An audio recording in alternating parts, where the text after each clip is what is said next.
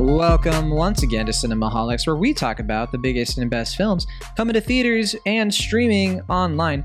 From the San Francisco Bay Area, you know me, I'm John Negroni, film editor for The Young Folks. And from Pittsburgh, Pennsylvania, well, he's a pop culture writer for Cinema Blend.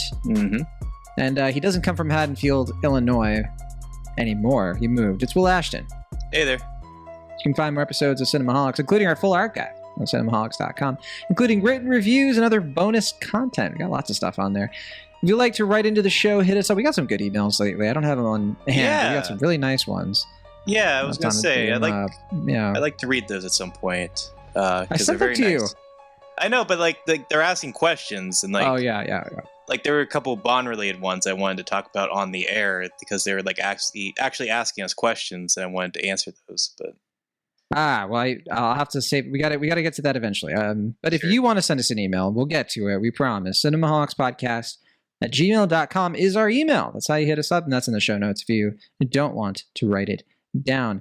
If you'd like to support our show, don't forget we're on Patreon, patreon.com/Cinemaholics. You could also just do a 5-star rating on Apple Podcasts. That's cool too. And we have Cinemaholics merch. If you want to buy some Cinemaholics stuff, just go to our website, cinemaholics.com, and you can get yourself a hoodie, mug, t-shirt, shot glass, whatever you like. Links to all that and more is in the show notes. But we're here to talk about a bunch of other things. We're here to talk about a few movies. We have 3 movies to review, all very different from each other. Will, what are we talking about? Oh boy. So we're talking about, well, first we're going to be talking about David Gordon Green's Halloween Kills, which is the sequel to the 2018 film Halloween. Happy Halloween. There you go. Happy Halloween to you too, John. We're going to be talking about Ridley Scott's The Last Duel. Ridley Scott, I know him. He directed a bunch of movies that I like. He's directed a lot of movies, and he has another one coming up. Is it next month? Is it November or December? I think it's November. House of Gucci. If it's not November, it might be like the first week of December. I'd have to double check. Yeah, I know it's coming up real soon because he shot another movie during the pandemic. So yeah, he doubled up this year, like he did the last time. He doesn't make a movie for 4 years, but then the last time he did 2 movies in the same year as well. I don't know what his deal is. Yeah, he just once he gets that fire under his belly, I guess he just gets to work. Yeah, it's true. It's like hard worker. All right, what's the last thing? And then we got Todd Haynes' first documentary, The Velvet Underground, which is now streaming on Apple TV+. Velvet Underground, you probably never heard of it. That is a reference to something that hipsters used to always say. Now they don't say it as often. But hopefully that captures the mood of that conversation we'll be having later in the show. Or was it that underground by our age? I feel like people were pretty well aware of Velvet Underground? Yeah. Yeah, people know about Andy Warhol and Lou Reed, but I don't think a ton of people know about Velvet Underground. Like, if you go to the most, like the average person, they're going to be like, "What? Is that Pink Floyd?" The Banana album is such an iconic cover that I see that's a poster and a bunch of things and stuff like that, and Heroin's such a famous song that I feel Heroin for sure. People know the songs, but not everybody knows the artist, unfortunately. But yeah, we got to get to that in the review. Sure. Yeah. So we'll get to that. We only have a couple things in off topics that we want to mention. There's a movie you saw. I wanted to mention. Okay, so we're going to mention real quick something kind of major is going on in the movie industry. No, not DC fandom. We're not going to talk about that. Sorry, but I forgot about that. I know. I almost did too. Is that why? Is that why the Batman trailer dropped? Yeah, which I have not seen. I haven't seen it. As listeners know, I tend to kind of just avoid movie marketing as much as I can, and I just didn't watch it. I maybe eventually, I don't know, maybe it'll pop up in the theater. You did see Scream, the trailer for Scream 5. I was forced to watch it. It popped up. I couldn't stop it. I couldn't press pause. It was at the theater. I also recently saw the trailer for Scream. We can talk about that. All I have to say about that is okay, it's another Scream movie, but if you were on Twitter and you follow a bunch of people who are film oriented, they acted like this was the big trailer of the year. There was a whole discourse around Scream trailer. I was like, what? Okay, it's nothing. It's just another Scream movie. Who cares? Move on. And apparently we all did, because I haven't heard anything about it since that day. So yeah, I don't know. It's coming out in January, so that's not a great sign. When I saw that radio silence, well, as soon as it was January 13th, I was like, oh, okay. Yeah. But anyway, yeah, sorry. Yeah. I don't remember if it was the 13th. But anyway, what we're actually talking about. The IATSE, this is a big deal. So if you haven't heard of them, this is the International Alliance of Theatrical Stage Employees. It's a union.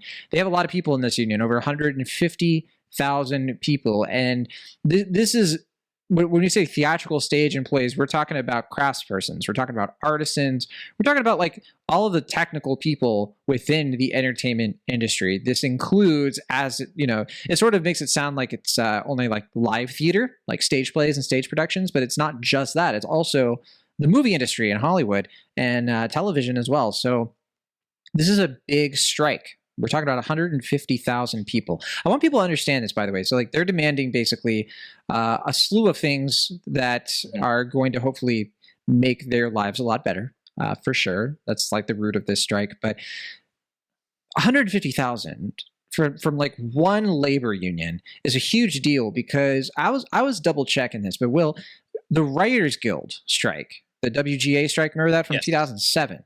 Of course. It happened late 2007. I think it was like November. It was only like a few months, which actually we shouldn't say only, because like that is a long time for a strike, like November to February, you know? Yes. That's 12,000 people. 12,000 people in that union, and them striking ruined television for like a long time. Like that had repercussions in the industry that I think arguably are still felt today.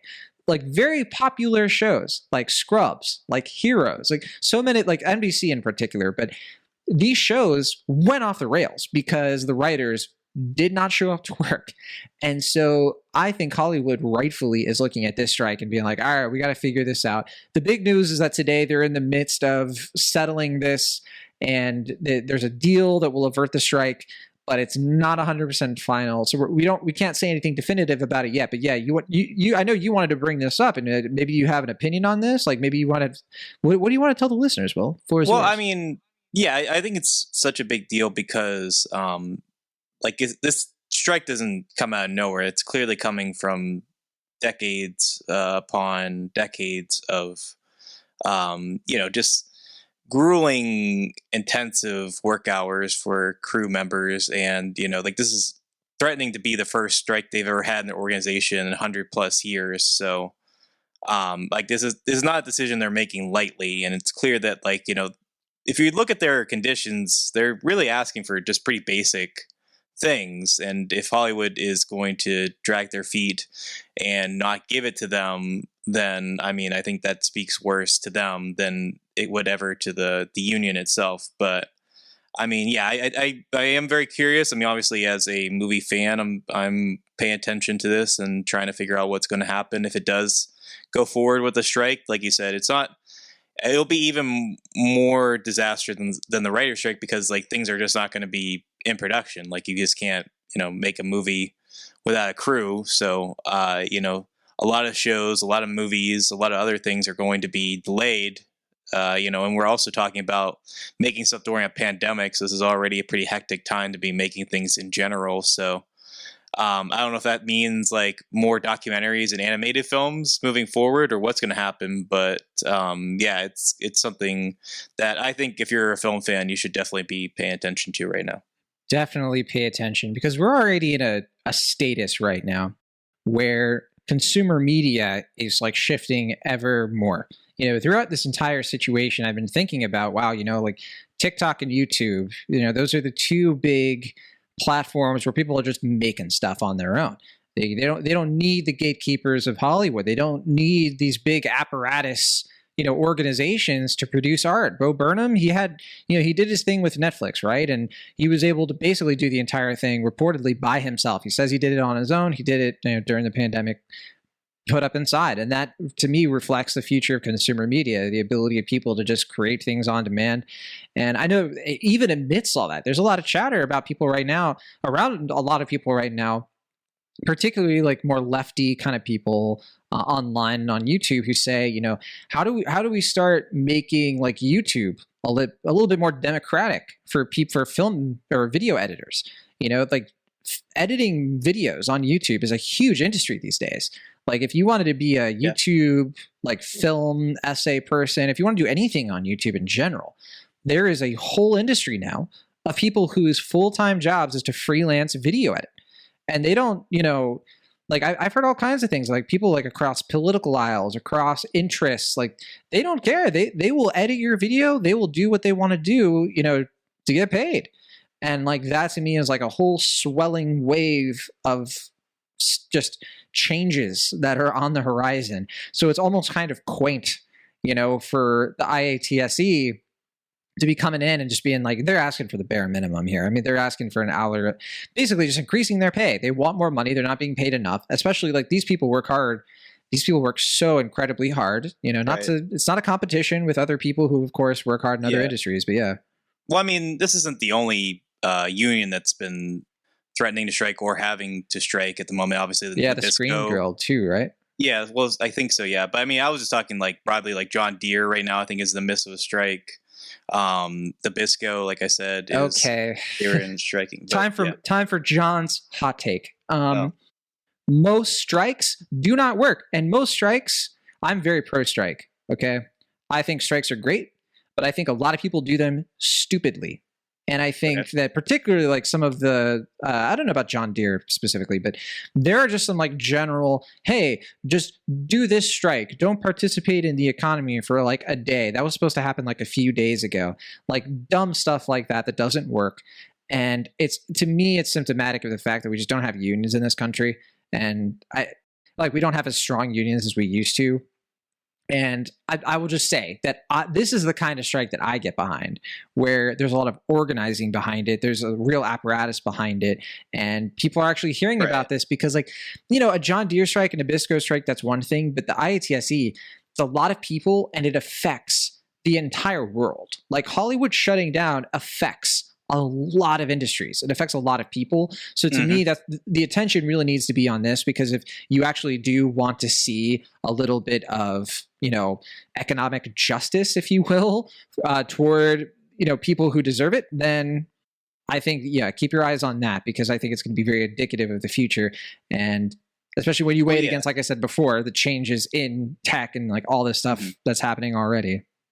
Yeah, I mean, there's an undeniable ripple effect that can happen if they go on strike and we don't have, like if they don't make movies for 6 months or whatever, especially now, like when we talk about like the theater business being fairly tentative as it is. But at the same time, I mean, I just think the pandemic was a big wake up call. I think that's the main reason we're seeing all these strikes and, people asking for a more livable work environment. And I like I said, I definitely think the strike comes with merit. Like I don't think they're doing this haphazardly.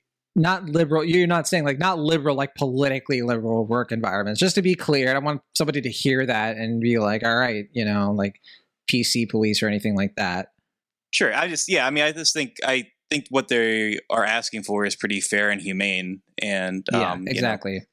Right. They're asking for fair work environments. Like just any like reasonable human being would look at this and be like, that's fair. Like that's what you should be getting based on the what you're doing and how important it is. Right. And I am wondering if this is going to, even if there isn't a strike that happens with the IATSE, I'm wondering with like, visual effects artists or animators, stuff like that, they also have very growing. They don't have their own union. Right. Visual effects artists don't have their own union, and it's terrible because. Yeah. Mm-hmm. Do you think they will though after this? That would be amazing, but I don't see that happen. I think that's very unlikely. I'm sad to say, but man, if anybody need like what visual artists go through, visual effects artists in this, and people who do like computer generated effects for movies, they just get so belittled. They get so taken advantage of and raked through the coals. It's just so sad. And I hate even talking about it. It's so depressing. Yeah. Yeah. I mean, you see like, especially with big blockbusters now, like they're just like, oh, we can animate this or whatever. Yeah, the Sonic the Hedgehog thing.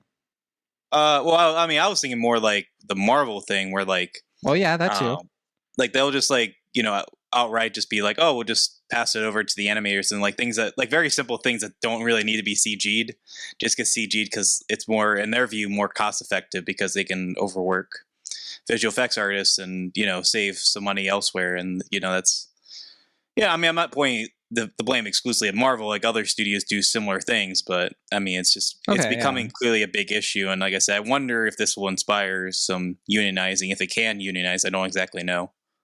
Yeah, the thing I was thinking of specifically was when like they basically got their visual effects teams to work like just extremely long hours with the Sonic the Hedgehog movie of having to redesign the whole thing and delay it, but try to release the movie not that long from when they originally sent out that trailer, and people were like, "This looks terrible," and then they really like put people through it to get that movie out there. And I have to assume that a lot of the box office success of that movie was successful in its own way. Did not really, I imagine it didn't translate to all the people who put all that hard work in fairly. Yeah. That's my assumption. I don't know that for sure, yeah. Or even like something like Cats, where it's just like, they like clearly like rushed that in terms of post-production. Like they made this absurd Christmas release date, even though like it only finished filming like a few months before, like pushed it till like basically the very last minute to do it. They, did as best they could, but obviously, it was entirely rushed, and, the director didn't exactly know what he wanted. Then that studio basically went bankrupt because they couldn't, fund themselves. And then they became the laughing stock. And it's just, stuff like that's just unfortunately becoming a reality for that industry. And it sucks. Release the butthole cut. And didn't it come out like there's like footage of, or like pictures of the butthole cut, I think. If there was, and I completely missed that, and I'm surprised I did. I feel like that should have been front page news on every newspaper in America and Canada. Right. But yeah, that's all I had to say about IATSE. I will probably have to reconvene when there's more to say. Yeah, I mean, I just really kind of wanted to put like the breadcrumbs here, because I just think it's something that people, like especially people who listen to our show, should be following and keeping an interest on, because it's going to, if it does go forward as they are threatening, it is going to be a major shift in Hollywood. And it might even just be a major shift because they're just threatening a strike. I mean, even if nothing goes forward with it, the fact that they stood up and, threatened a strike it could have major ramifications as well. So no matter what happens, it's worth following in the next few days or months or however long it goes out. Yeah. Good to be aware of the situation. If you are not already, definitely read up on it. And Will, I just hope you don't go on strike, because if you went on strike, and if I went on strike too, whoa, we're in trouble. Yeah, this podcast. Yeah. That would be funny though, if you were just like, I'm going on strike, and I'd be like, you know what? Me too. This is unfair. Yeah. Yeah. Who's left holding the bag? Yeah. Will, you saw a movie this past week. It premiered at Cannes earlier this year, and the reviews have been good, and I've been wanting to watch it. It's called Bergman Island. It's on my radar. I'd like to see it. It's a romantic drama, as you described it to me. It's a new film from Mia Hansen-Løve, which we were talking about this off the air. I had never seen one of her movies. She's been making movies for quite a while, since 2007, and this is her latest, and you seemed to really like it. It has Vicky Krieps, Tim Roth, Mia Wasikowska. What's going on with this Bergman Island movie? Why do you like it so much? Yeah, I mean, I had heard all the good reviews coming out of Cannes, and I was, I wasn't super familiar like you were of the filmmaker, and I only knew the stars and like the general concept, and I went in just being like, hey, I'll check it out.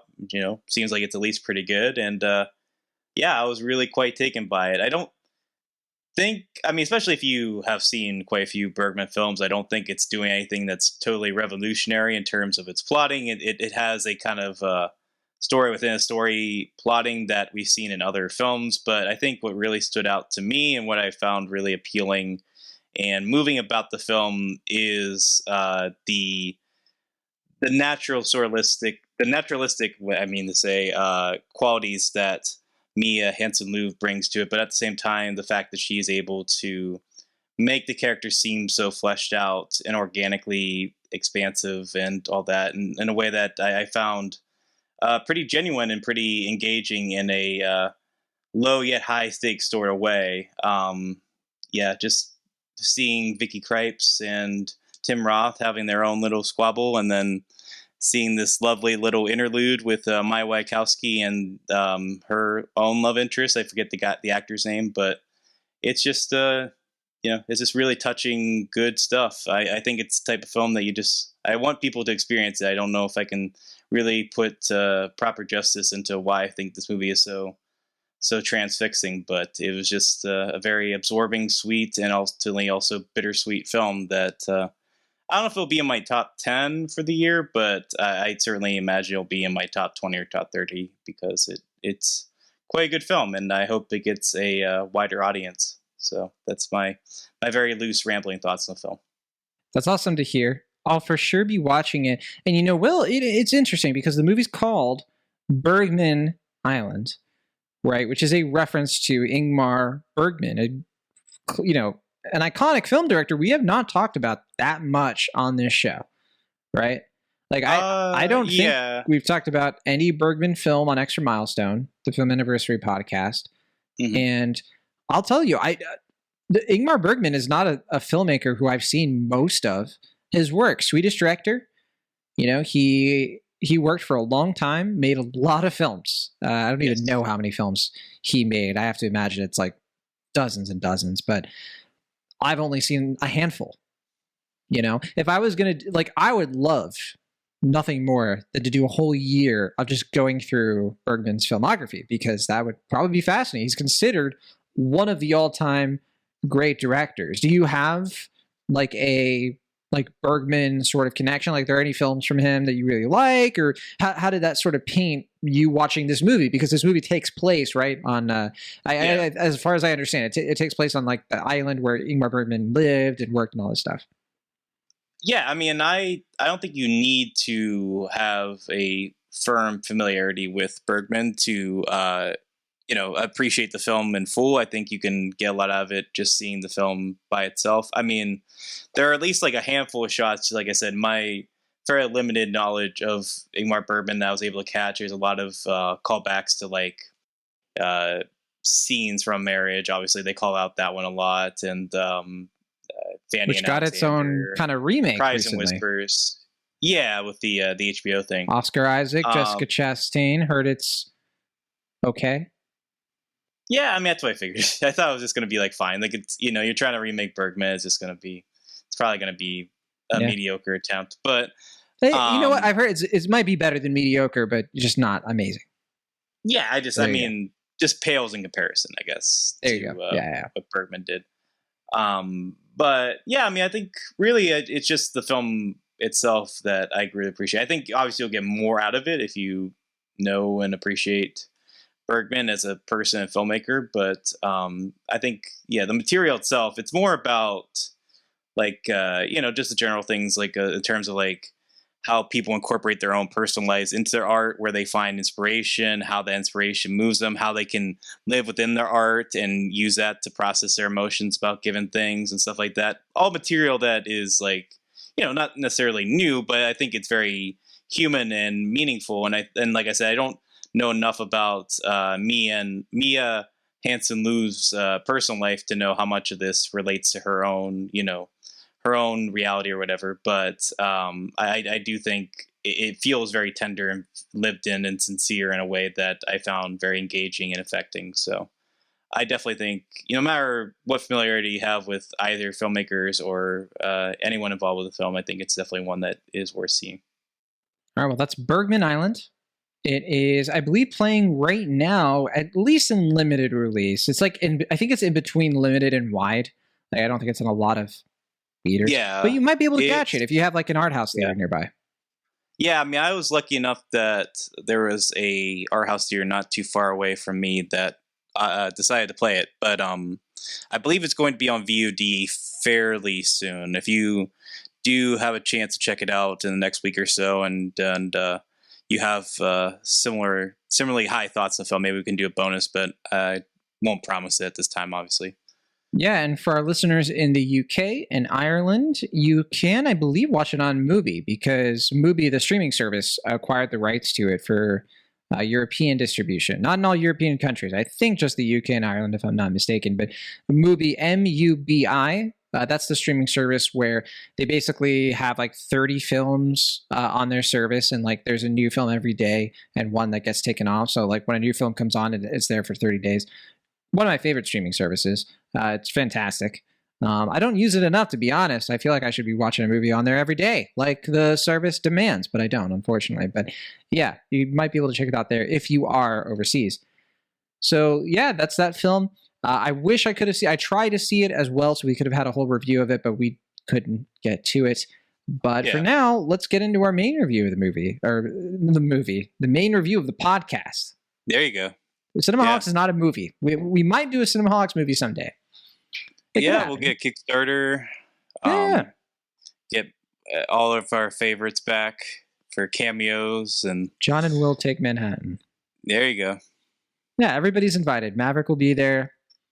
Corey Woodruff, Matt Serafini, Julia Tatey, the whole gang. The works, yeah. Yeah, I don't know why it's like a Muppets style thing, but I feel like that fits. We got to get the gang back together. Is it going to be like that, or is it like, you ever see the Mystery Science Theater 3000 movie? Oh yes, where it's just like a feature length riff that's just like an episode. It's just like we have like a little bit at the beginning, and then we just do like a review of like whatever, like the actual movie or whatever. It has to be a really good review. Yeah. We got to pick the right movie. It can't just be right. Like Grown Ups 2. It's got to be something.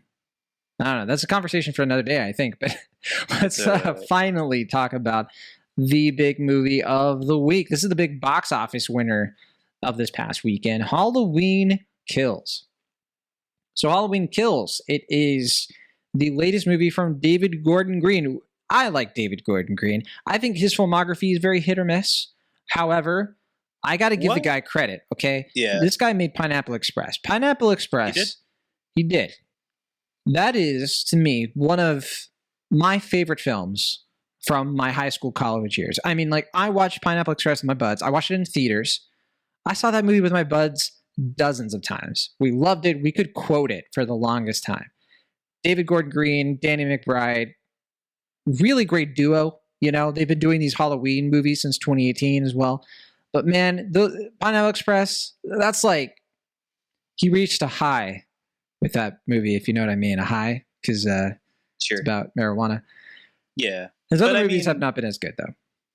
I don't know, because I was going to bring up, like, his filmography is just all over the place. It's kind of fascinating. It's so weird. Prince Avalanche, and then Our Brand is Crisis. Well, yeah, because, like, Stronger, which I actually like Stronger. Yeah, Stronger is good. Before Pineapple Express, he made a number of acclaimed indies. Unfortunately, I've only seen one of them, Snow Angels, but... that's the only one I saw. I didn't see the other one's George Washington, and George Washington's a really famous. That's like a pretty monumental indie film from 2000. Big time. It's in the Criterion collection and all that. There's also All the Real Girls, which is where I believe he met Danny McBride. I think Danny McBride also might have had a hand in that in terms of writing it.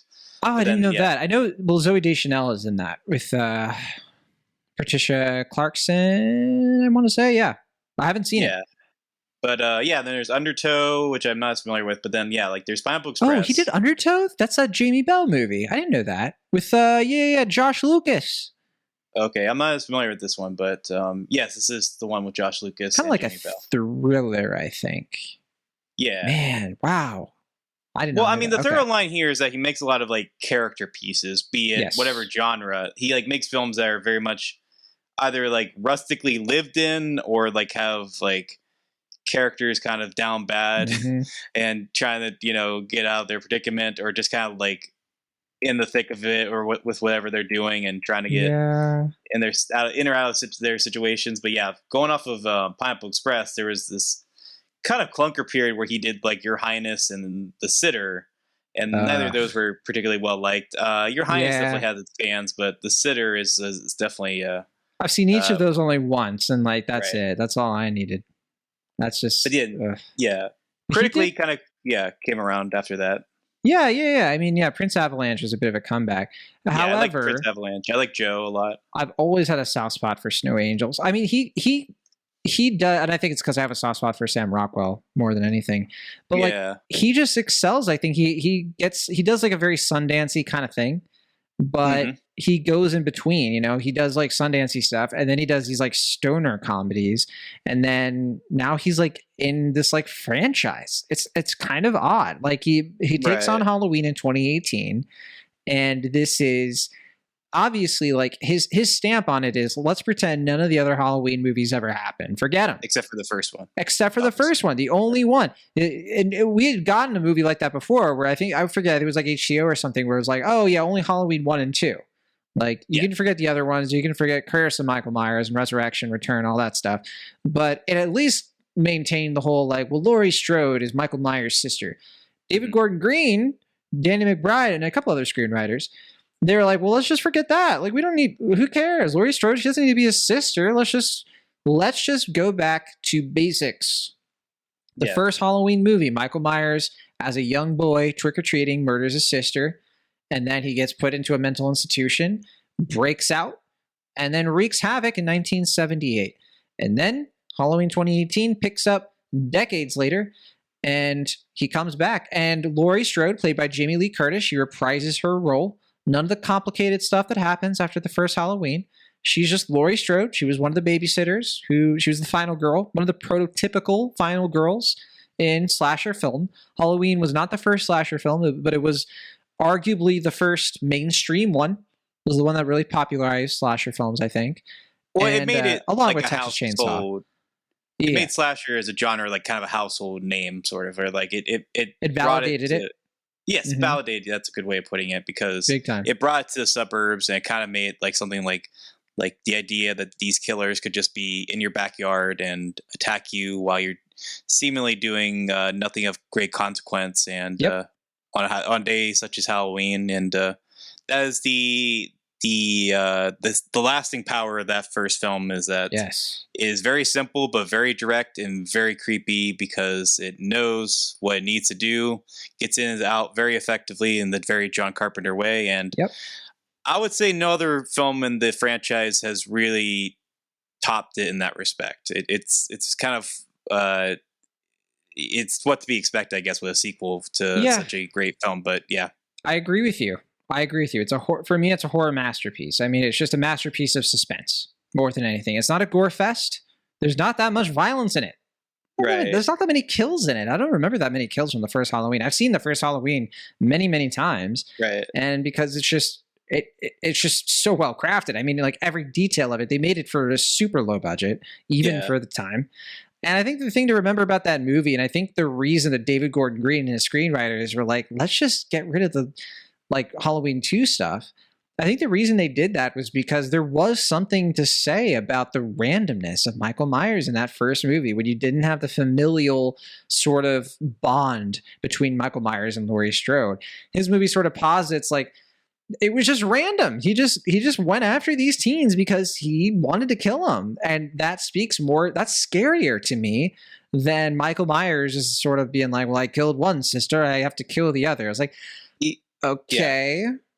Well, he is evil incarnate. Like, he is just plain evil as a person. And Dr. Loomis tried to warn everybody. He's just like, this man is evil. Don't give sympathy to him. Just kill him by any means possible. Just kill him.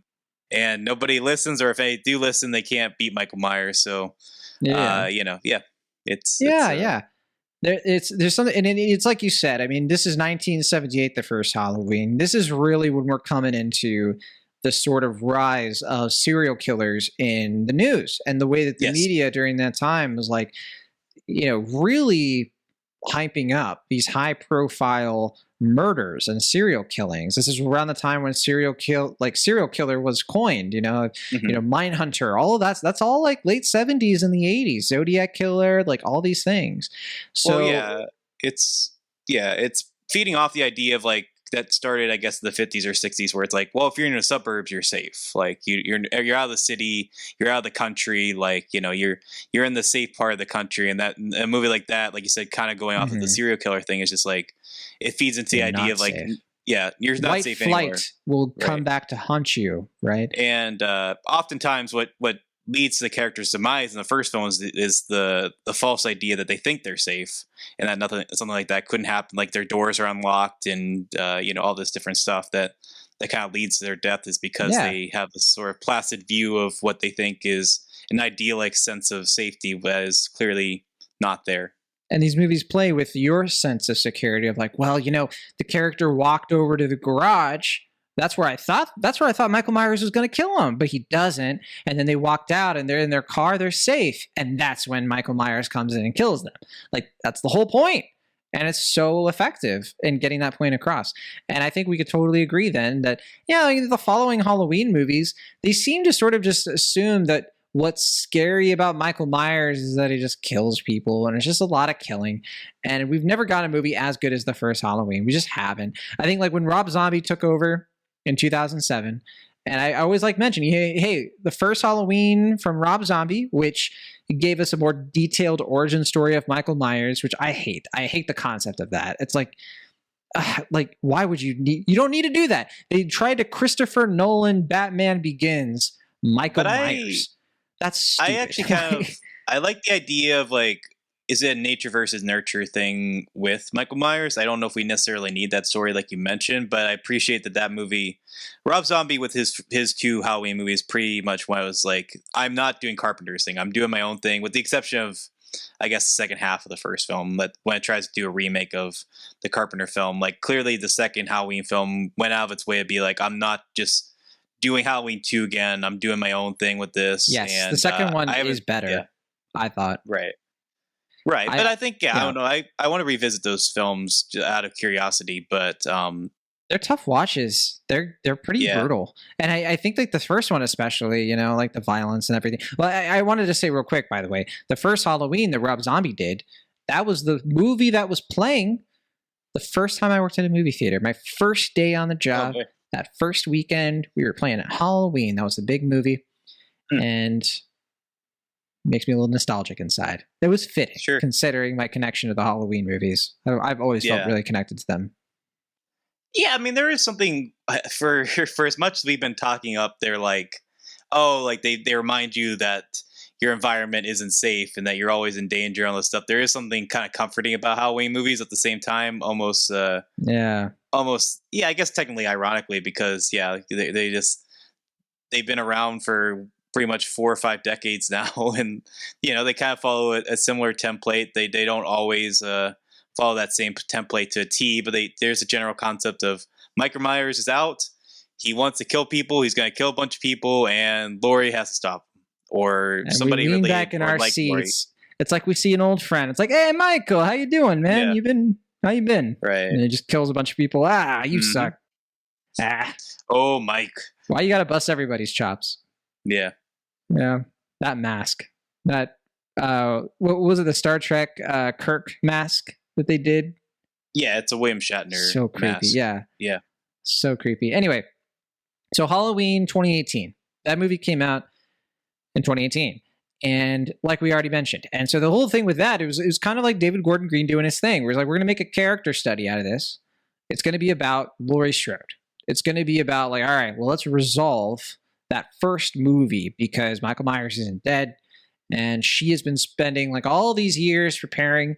And so we're going to have to spoil the first movie. Sorry. I mean, you kind of had to know that if you're going to listen to a review of the sequel. But the way that movie ends is that she gets wounded. She gets stabbed. But she survives, and Michael Myers gets trapped in the burning compound, her burning house area. And that's it. It's assumed that he's going to die. And I think along the way, though, they were like, haha, no, it's not over. We're going to have 2 more of these movies. It's a trilogy that David Gordon Green is doing with Danny McBride and the other screenwriters. And I'm sorry, I keep forgetting who they are. And I know Jason Blum produced these as well. But so the setup is that we have Halloween 2018, Halloween Kills, this movie, and there's going to be another one, Halloween Ends. Yes. And to me, on the one hand, I'm sort of like, okay, well, Michael Myers is such an iconic thing. He's such a larger-than-life, like, movie monster, you know? He's one of the more postmodern movie monsters, you know? And so I think, you know what, if you're going to do a thing about finally bringing resolution and catharsis to the Halloween franchise, I understand doing it in 3 movies. If anything, I felt like the 2018 movie, I didn't love it. I kind of was like, I really was like, take it or leave it. I barely remember it. And I was sort of like, you know, it's Michael Myers. Like, you're never going to get rid of him. And so I never believed he was really gone. But I could believe that he's really gone if you do it over the course of 3 movies. And so that makes this movie sort of feel like a stepping stone to what's going to happen in the third. Yeah, middle chapter. But yeah, middle chapter is a good way to put it. What did you think of this movie, though? I mean, I've already sort of given my thoughts. I'll say at the onset, I think I'm in the minority. I don't hate this movie. I think a lot of people have been bringing out their pitchforks. I use that deliberately for this movie. They hate it. People are like, this sucks. I hate it. I don't like this, whatever. I liked the last one. I'm sort of like, I like this one a little bit better. I still think it doesn't hold a candle to the first Halloween. Nothing ever does. But I actually kind of found myself enjoying this one a little bit more, sort of like settling in its, mediocrities a little bit, not really caring about its flaws as much. But what do you think? I don't hate it either. I had kind of mixed feelings about the 2018 film. I think you were more negative than I was ultimately, but my stance on that film, especially upon rewatch, is basically that, as we were alluding before, I don't think you're ever going to really fully top the John Carpenter film, even if you have them involved, as they do with this film, at least from a score standpoint. But I do think that movie takes an interesting concept as far as like the generational trauma of Laurie and everyone else in Haddonfield, and it makes Michael Myers effectively pretty brutal again. And I think that it shakes off the silliness of the later Halloween movies outside of the zombie remake and that sequel. I think it acknowledges that like Michael just needs to be this terrifying killing machine who will kill anyone and seemingly anything at any point. And I think that movie has its flaws and it doesn't really fully come together. But I think by Halloween sequel standards, it proves to be a decent film, I guess, by and large. I think both times I've watched it, I've had my issues, especially with the sort of comedic side characters that are introduced at periods in the film. But I think that one's fine. And this one, it's the type of film I think I admire the ambition of it, as far as like, we're not just going to do Halloween 2 again, as far as like the original Halloween 2, where it's just Laurie in the hospital and Michael Myers is going to come in there and try to kill her while she is left idle. But at the same time, I think because this movie tries to, like you said, explore this sort of like mob mentality, focus on the lingering trauma of Haddonfield as a town and how they've like been psychologically damaged by Michael Myers' attack decades ago. I think those ideas are interesting and obviously meant to be timely, but I think in terms of execution, I don't find this film to be particularly well told or well paced. I think the structure of it leaves a lot to be desired in terms of being fairly shapeless. I think the movie has way too many characters. There's like 35 characters in this movie. And I'm just like, what is this, Magnolia? Like, why is there so many characters in this? It's a slasher. They have this many characters and they just want to kill them off. Well, that's what I mean, right? So it's like you don't really get invested in these other characters because you're just like, they're lambs to the slaughter. Like, they're just going to be killed pretty much. And then you're left like, after introducing in an effective way Laurie and her daughter and her granddaughter in the previous film, they're mostly kind of pushed aside in this, especially Laurie, who's left in a hospital bed for most of her screen time, just wondering where Michael Myers is. Can I say I liked that? I liked. People are saying like, we barely get Jamie Lee Curtis, and I'm like, I get that, but that was the last movie. Like, it would just be that again. And I don't know, because we didn't really mention this, but this movie extends the long night from the last movie. It's still the same day. So it is like, like you already mentioned this, but it's like Halloween 2 in that sense. Like, it's not a year later. It's nothing like that. This movie even starts with, after like a couple minutes, it goes back in time. It takes us back to 1978. Probably my favorite part of the whole movie, when it just decides to be in 1978 for a few minutes. I wildly disagree with that. You didn't like that part of the movie? No, I thought that part was like embarrassing. I thought that part of the movie, I wish was more of the movie, like more of a sort of like going back and forth in time and like maybe adding context to what's going on with Michael and like what he's doing. I thought it was kind of a missed opportunity. In fact, I liked it. I liked how they brought this sort of, it felt like we were in the 70s again. Did you not like the characters? No, I mean, I like the cameo. I won't give it away, but there's a fun cameo. I don't know why he's in the movie, but I know. I like don't question it. Yeah, whatever. Still playing cops for whatever reason, but neither here nor there. There are 2 things in terms of like the 5 billion characters that are introduced in this movie there are two angles here that I kind of wish they explored, and they just kind of focus on one or the either.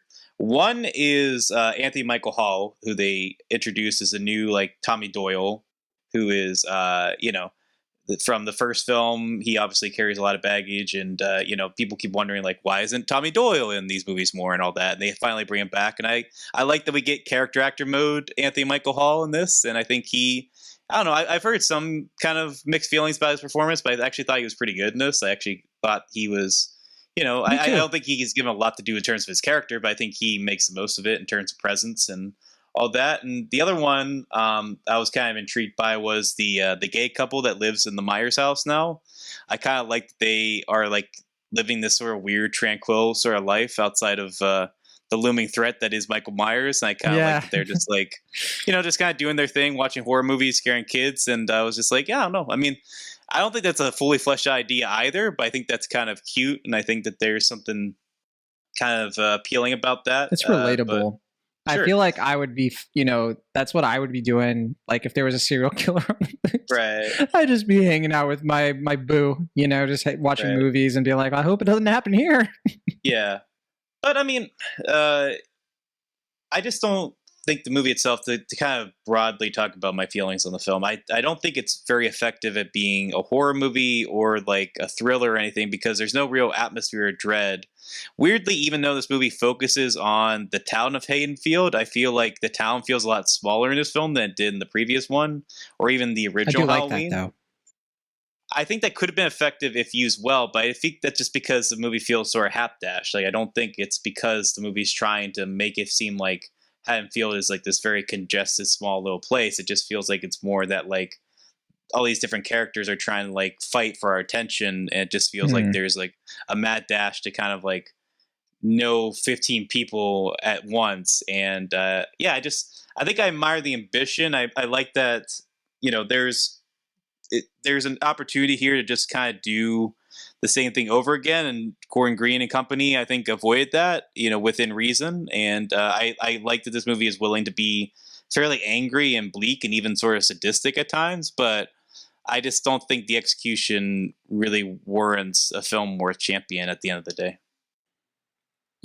I liked that intimate setting.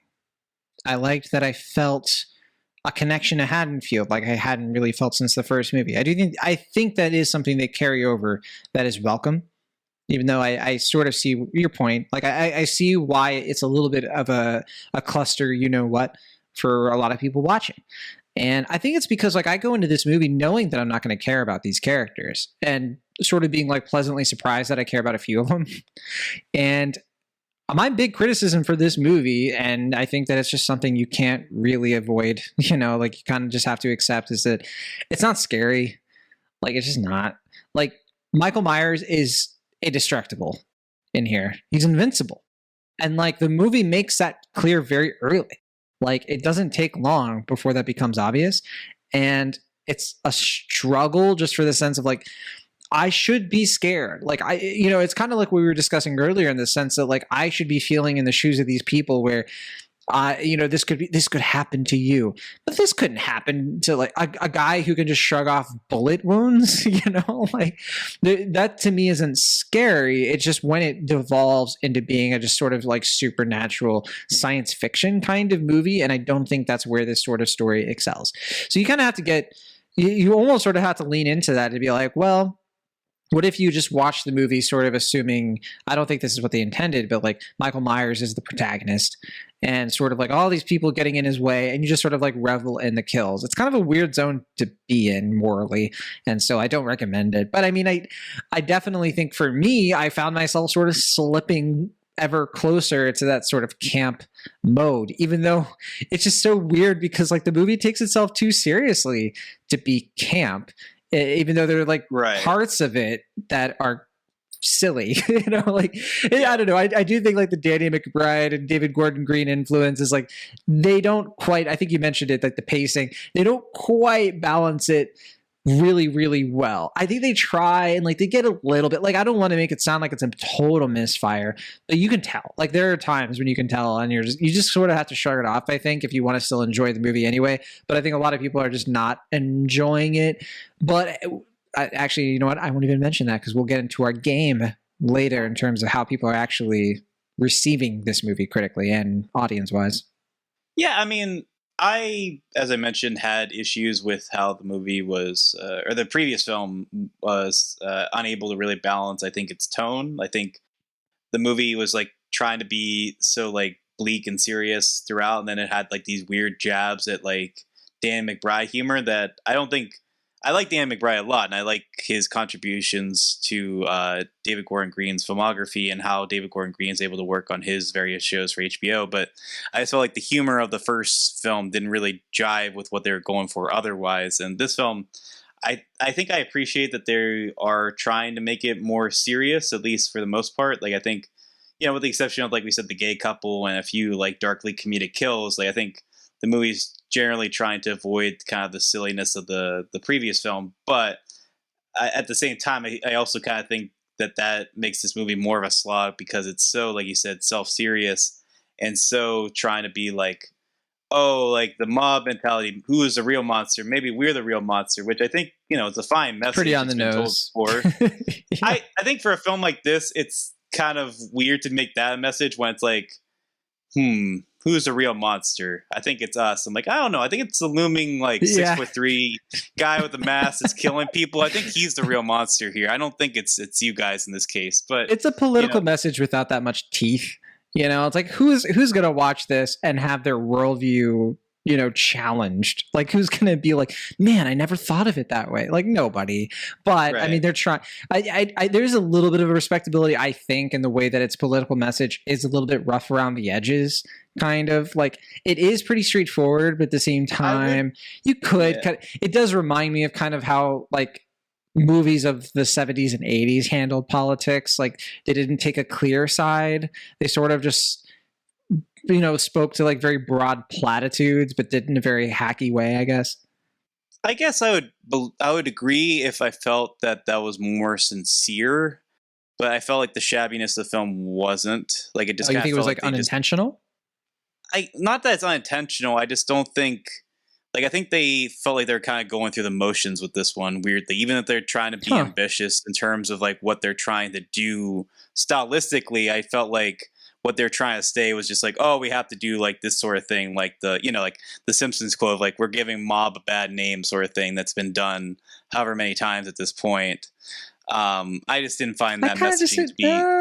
I kind of have to disagree with you there. I don't think there's a lot. I didn't pick up any sort of like going through the motions at all with this. I think they really tried. I think the moralizing felt a bit much, especially considering that every other line of dialogue seems to be pushing that forward in a way it's just like, make sure you know this is the point of the movie. But I don't read that. I mean, this is me personally. I don't read that as sort of like, well, we got to do this. I read it more as like, man, I really hope people get this because this is smart. You know what I mean? Like, I really think that they thought they had something here. That's my only. And I don't know. I totally understand why it's like throwing people off quite a bit. But I just did not care. Like I was into this movie's, like I was on this movie's wavelength apparently. I don't know. I mean, to be fair, I think it made me more endeared to the film than I was expecting otherwise. Because like I said, based on the bad reviews, I wasn't reading exactly why I was getting bad reviews. But I thought it was because it was just going for like the Halloween 2 thing of just like, here we're doing this again, where it's just like, we're just copying this movie's footsteps. Yeah. Where I think I didn't expect it to be like messy in terms of like what it was doing wrong, or like at least why I felt it was doing it. Yeah, totally. But totally. I mean, if you're gonna make like a lesser Halloween sequel, I think I respect this approach where it's like they're at least trying to do something. I don't think it does it effective or super well, but I admire them for at least it's not like a Halloween 5 thing where I just felt like they're just kind of cheaply just trying to produce something that is for sure. Just getting out into the masses. But yeah, at the same time, I just don't think Gordon Green is able to really effectively narrow down what he wants to do with the film. And I think even though stuff that he does well in other movies, like having, small towns with the, kooky characters and all that, or like eccentric personalities, I just felt like that didn't even come through with this film particularly well either, unfortunately. All right. Well, it sounds like we're both kind of mixed on the film. I'm a little bit more positive, but like I'm still mixed. Like I'm not kind of coming out to bat for this one, but I do sort of see it as like I totally see Halloween fans and just general fans of horror being like, this is cool. Why you gotta be so bent out of shape? Anything like that. I think its flaws for me are obvious and they're glaring, but they don't ruin the experience for me, at least. I don't think they'll ruin the experience for a lot of people watching this. I think they'll watch this and be like, that's cool. And it's not going to stick with them probably. It's not going to be their favorite Halloween movie, but they're probably going to be like, that's what I want out of a Halloween movie. Michael Myers killing a bunch of people, it's very basic in that sense. And it doesn't really matter if we think that David Gordon Green has sort of run his course with these movies because it's very successful box office wise. It had one of the biggest opening weekends of a film during the pandemic, the biggest of a horror film for sure. It's already made $54 million worldwide. Was it the biggest date-to-date opening? I don't know that for sure. I think I think Marvel has a beat on that, right? I could be wrong. No, I would have to double check. I mean, Shang-Chi wasn't available on Disney Plus. What I'm asking is, It this was, is available but for Premiere on Access. Yeah. No, I think they stopped that after Black Widow. Oh, you're right. That's what I was. You know what? Black Widow would be the only competition, and I think Black Widow. The only number I remember from Black Widow was that it made something like 60 million from Disney Plus, and I think it made more than that in theaters.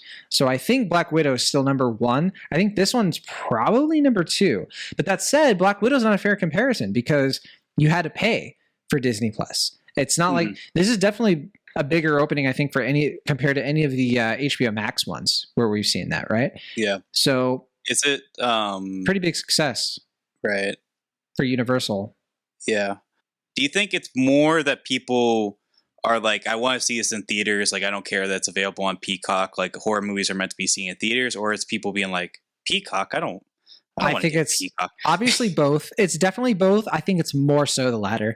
I think it's more so like, I don't have Peacock. I don't get this Peacock away from me. Like, I don't want this on my phone. No, I think like, I'm sure people were sort of like, I could just watch this at home. Halloween is the kind of thing that like watching it at home is a very like acceptable, like it's a horror movie about like being scared at home. I think that's perfectly a defensible thing to enjoy at home.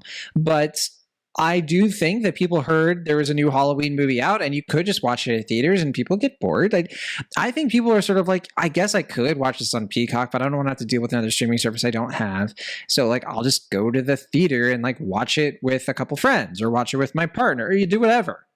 I think that is probably the math that people are doing in their heads. And I think it works for this to this movie's favor because the reviews obviously are, let's do that. Let's play our game.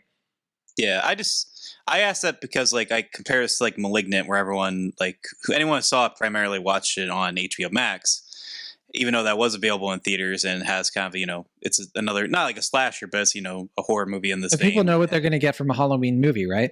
I mean, people are sort of like, it's Halloween. Like, I know what this movie is going to be, even if it sucks. I'm going to get Michael Myers, But with Malignant, people are like, well, it could be the worst movie I ever saw. You know what I mean? Like, I guess, yeah.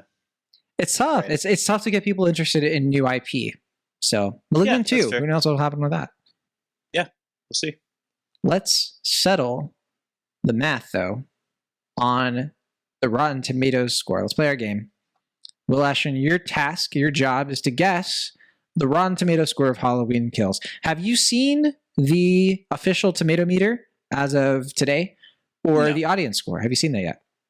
I've seen neither. I think the last time I saw the critic score for this was like 2 weeks ago when it was premiered in Venice. What? Yeah, Venice or whatever. Yeah, I remember they put it in some film festival, which was a mistake. Do you remember? Yeah, I know, it's so ridiculous. But do you remember what like zone it was? Like, probably not the specific number. But no, I just remember it was negative, but I think it was like in the 40 something %. Okay. I'm gonna guess now. Okay. Oh, sorry. Go ahead. No, please go ahead. I was gonna give you a hint, but it sounds like you're ready to go. No hints for you. What was your hint? Well, the hint was just going to be 169 reviews have been counted. You get an extra hint. One of those reviews come from your old pal John Negroni. Oh, okay. There you go. Was yours positive or negative? Mine was positive. I was positive on this movie, just barely. So But, so you know. it might be up a little bit from what I think it is. Yeah, it could be. My heart says 35%. So you're guessing 35? Not a bad guess. It's 39. You're pretty close. You're within 5 points. You're within 4 points. So that's a pretty decent guess. My first thought was 42%, and I was like, nah, it's probably too high. I'm going to go low because I keep hearing people who are angrily like not a fan of this film. So I was like, man, it's probably 30 something. So all right. Yeah, they kind of changed things around. I don't know where I could find the average rating. I would like to see that, but I don't see it anywhere on here. So that's annoying. But so 169 reviews have been counted so far. And all right, what about the audience score? What do you think about that? I think it's probably split right down the middle. So I'm going to say something like 56%. Way higher. Oh, really? 71%. And it was higher yesterday. I was actually wondering if it was going to say that high. It was like above 75% yesterday when I saw it. This is 2,500 plus verified ratings. And this is why I asked you on the onset too, because I was like, I was seeing people tweet about this over the last couple of days of like, there's a big disconnect between critics and fans on this movie. And so that's kind of what I was kind of like getting at earlier. Well, like, it just seems like people came to see a Halloween movie and they're like, yeah, it was good. What did you expect? It's called Halloween Kills and Michael Kills, and that's what I wanted from the movie. What I got. Yeah. What do you want? Yeah, I can get that. I mean, I don't know. There is like kind of a weird. I mean, I think the new Bond film's doing fine, but it's not doing great at the moment. And I think that was a film that has like a certified fresh, like 90-something%. And then you have something like Venom, which is, getting better reviews than expected. But like that first one was critically thrashed, and people were just like, well, I don't know, it's a pandemic, is going to repeat business? And people flocked out to see Venom, even though critics were just like, whatever about the film. So I don't know, there is this kind of weird, divide where audiences, if they're going to come out to see a movie in theaters right now, they don't care what the critics say. They picked the movie and they're going for it. And they did. Yeah. What about the cinema score? What do you think that is? Well, based on what you told me, it sounds like audiences are pretty favorable on the film, despite what critics say. So I am going to go with a flat B. B minus. Oh, man. I would have guessed B plus. I would have been like, based on that audience score especially. But no, B minus. And I find that kind of surprising. I don't know. 71%. B minus cinema score. I don't know. The people in Vegas, they have their own thoughts, I guess, on Halloween. Maybe they're not big fans of the holiday. But all right. That's Halloween Kills. It is now playing in wide release through Universal. That was produced by Blumhouse, Miramax, and all that. And it's 105 minutes long. Let's get into our next movie here. The Last Duel, which is tough because Will Ash and I didn't even see the first duel. I missed it. If there was a second and third duel, I didn't know about it. Are you counting the first duel, the Steven Spielberg movie? Like yes, the first trucks. Yeah. Yeah. And then there's just one truck, actually. The Duelists, which was Ridley Scott's first film. Yes. Well, that's what I was wondering. I didn't know which one you considered the first duel. I wonder, too, if he's like, Ridley Scott is like, all right, well, my first movie was The Duelists. And then this movie's called The Last Duel. He's like trolling us a little bit. It's like, it's my last movie. And then he's like, just kidding. House of Gucci comes out. House of Gucci. Yeah. So he puts on an Italian affectation. It's just like, hey, mamma mia, spicy meatball. British Ridley Scott. Ridley Scott. Just brings on that. When I think of Ridley Scott, I'm like, that goofball. Always doing impressions. Of the Matrix. We like Ridley Scott on this podcast. That's for sure. Of course, yeah. We talked about his movies. We talked about Alien Covenant. We talked about All the Money in the World back in 2017. Those are the two movies that have come out since we started Cinemaholics, right? Before that, we had The Martian.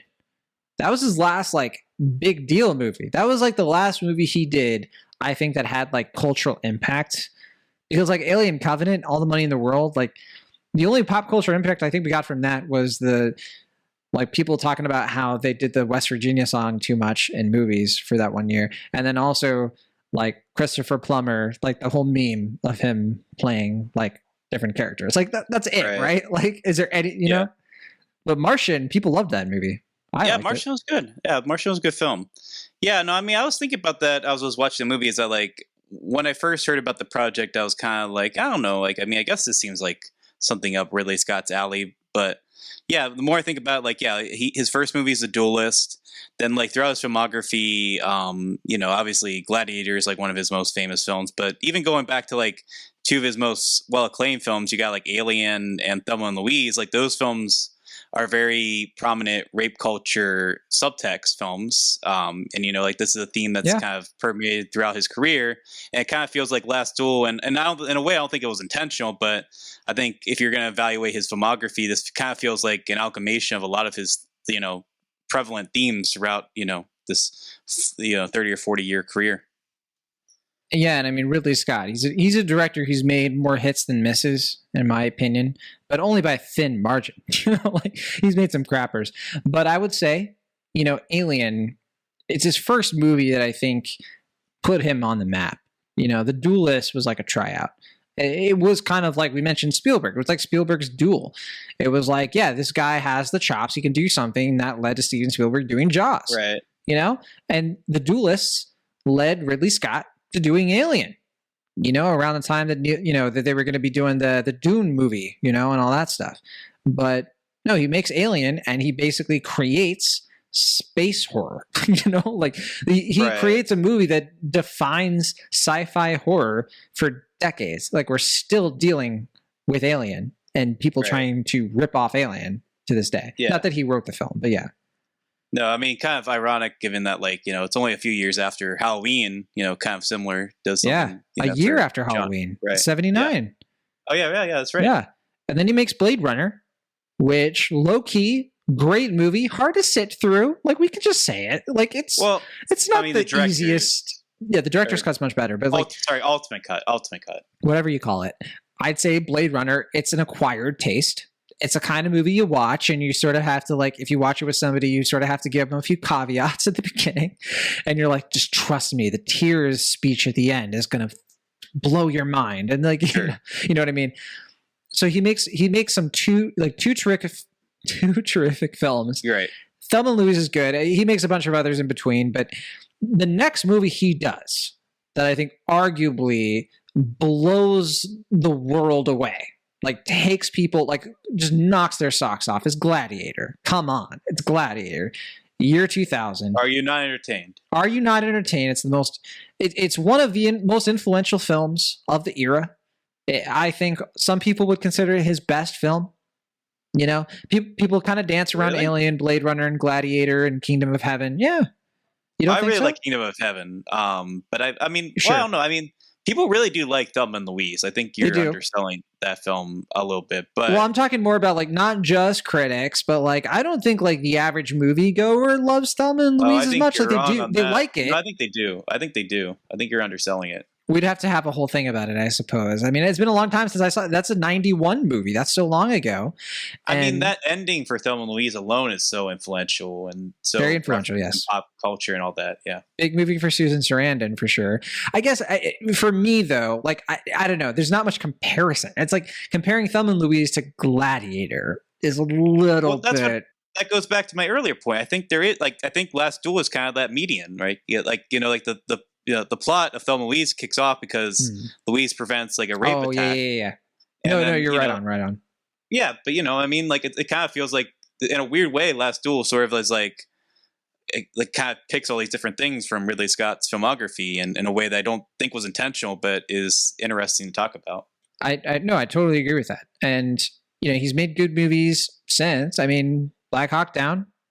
And then Kingdom of Heaven. I think Kingdom of Heaven and Martian are like the two movies. Yeah. I know people like American Gangster. That was never my favorite. I like American Gangster. That's a good film, yeah. It's not my favorite. Like, I don't know. Like, it's a really good Denzel Washington performance, but it's not one that, I guess it just didn't really stick with me for some reason. Sure. But, maybe it was the time that I saw it. I mean, 2007, a lot of people like Matchstick Men. Matchstick Men, good movie. Yeah, underrated. Underrated for sure. Or at least, like, underwatched. Alien Covenant is definitely gaining a cult following. I'm a fan of it. Which, okay. Prometheus has its, little fan club, I guess. Robin Hood, nobody cares, obviously. Yeah, no one cares about Robin Hood. Body of Lies, I still don't understand what was going on. Oh, I fell asleep during Body of Lies. I almost did. I had to, like, force myself to stay awake during that. I mean, what an embarrassment for DiCaprio and Russell Crowe. And Exodus, Gods and Kings. Oh, I never saw that one. I saw that. I barely remember it. Man, that movie is such a blip.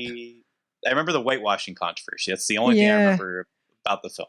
Which is funny because I saw some people comparing how Ridley Scott, when he makes Exodus, Gods and Kings, obviously a movie that is supposed to be depicting, Israelites, and Egyptians, and he's using white actors, and he's sort of being like, well, I can't just cast people, this movie won't make money unless I cast really big actors. And then he makes The Last Duel with big actors, Adam Driver, Matt freaking Damon, and Jodie Comer. Yeah. Comer, yeah. And Last Duel is like one of the biggest box office flops in years. Well, I think that's a Disney problem more than a Ridley Scott problem. Searchlight. Well, Disney, we should say, Searchlight, which was Fox, which is now Disney, and it's all that stuff. It's 20th Century Studios or whatever you want to call it. So, because that's been Ridley Scott. He bounces around between studios. He's done a lot with everybody. I think he's done a bunch with Warner Brothers. He's done a few with Universal. I know he's done a lot though with 20th Century Fox. Alien was Fox, and Gladiator was Universal. I think it was Universal. I think you're right. No, I think you are right. But Kingdom of Heaven. I know Kingdom of Heaven was Fox. So he's all over the place. But The Martian, which is where he and Matt Damon kind of connected, and which is why we have Matt Damon in The Last Duel, that is Fox. And, there you go. I think he's worked with Fox for like at least the last decade or so. Because you did The Counselor with Fox too. I was going to bring up The Counselor. I wanted to talk to you about The Counselor. Why? It's a lot of people will swear by it. I only seen it the one time, and I was kind of confused, and I was just like, I don't know where I landed on that one. Like, I'm kind of for me, that's like a question mark movie. Great cast. Cormac McCarthy script. Oh yeah, he did do the script for that, didn't he? His only original script. He just like dropped it off at Hollywood. Just like, oh hey, I wrote this thing if you're interested. Yeah, it's such a big huge bidding war. Yeah. For people who don't know, like this guy, Cormac McCarthy, novelist, obviously. People know him for like The Road. I think that's like the big. That's for me is like I give him a lot of respect for The Road. And are you talking in terms of his novels? I mean, On the Road's his most famous, but his film wise, On the Road, but The Road, because On the Road is Jack Kerouac. Sorry. The Road is because that one didn't that win like the Pulitzer Prize? Yeah, it did. But I mean, the most famous thing I think now is No Country for Old Men. Yes, which is inspired I was about to mention. Name. Yeah. Oh my gosh, and it's amazing this guy hasn't done more screenplays, but that's a conversation for another day. But you like The Counselor, I wouldn't go that far. Like I said, it's a giant question mark for me. Okay, it's like, that was the vibe I was getting. I was like, are we gonna have like an argument about The Counselor? No, I don't know. I want to revisit it. I've only seen it the one time, and I just remember when I saw it. I was in college. And I was just like, it's been so long. Was that good? Was that bad? No, it was not good. Will, I mean, I would rewatch it. Maybe I'd be proven wrong, but that was that was a movie that came out too. Like that's 2013, I think, and I remember that was a time in my life. I was young and I was naive, and I was like, man, you have Javier Bardem in this. You have Brad Pitt. You have I love all these actors. How could a movie with these actors be bad? And then I watched it. And funny enough, it was around the time that Cloud Atlas came out. So that was a very informative time for me. But anyway. Cloud Atlas, good film. Okay. But Are you disagreeing? That's another conversation for another day. My opinion of Cloud Atlas changes every year. I'm not even lying to you. I never know what to make of that movie. But anyway. All right. Put a pin on that. We'll talk about that during Matrix Resurrections, I guess. And we're like 20 minutes into this. We haven't even talked about The Last Duel. But the last thing I'll say about Ridley Scott is The Martian. Big deal movie. It's like his big deal. It's like every decade has a big deal movie for this guy. And The Last Duel is not it. It's not going to be it. And I think House of Gucci, maybe it'll have more luck. That's Universal, I think. So is it? Oh, okay. Universal, and I think MGM or United Artists as well. Yeah, I remember MGM. Yeah. I think it's both of them like co-distributing. But no, Last Duel should be the Ridley Scott movie that brings him back to like pop culture zeitgeist. I agree. Right? Because it has all of the trademarks of a Ridley Scott movie that we want to see, that people want to see. It's got Kingdom of Heaven. It's got Thelma and Louise. It's got Gladiator. It's Ridley Scott doing what we know he does best, which is capture a historical setting and make it epic, and don't make us think about how historically inaccurate it is the entire time. Right? And don't forget the Duelist as well, obviously. Yes, but I feel like The Duelist is not as popular or as well known a movie, right? I mean, if it is, I'm not aware. Well, I mean, two friends that duel each other. I think that's the similarity. I'm trying to like bring it down though to like his most influential films. Like when people think of Ridley Scott, you know, they think of Gladiator, they think of Kingdom of Heaven. Yeah, that's all I'm saying. Yeah, I get you. Right. Last Duel stars Matt Damon, as we mentioned. Who is this guy? You know, when I was doing my review for this, I was sort of like, wait, what? I thought you're just like, just some guy. Just some hunk. Yeah, some hunk. This movie takes place in France. He's this is based on a true story, we got to say, based on the 2004 novel by Eric Jasper. And it's the last legally sanctioned duel in France. This is during the 1386, so 14th century. And this is like the middle of the bubonic plague. Like the context for this is that people are dying left and right from a plague, and people are strapped for cash. And we have this Matt Damon character who, you know, this movie is split up in 3 parts. It's Rashomon, basically. Rashomon, yeah. So Rashomon, Kurosawa, you know, this idea of like telling the same story of a rape, but like from 3 different perspectives. But it's not just the rape. It's telling the story of like these 2 guys and 1 woman, who each of them has a story that spans about 16 years, and you see it from different perspectives. Matt Damon's is the first one. He plays this guy, LaRouge, something around that. We know Jean. I know that. His name is Jean. And he is like a stereotypical, he's like the main character from Robin Hood. He's not Robin Hood, but he's kind of how that character was portrayed in Ridley Scott's Robin Hood movie from 2010, where he's just he's a hero.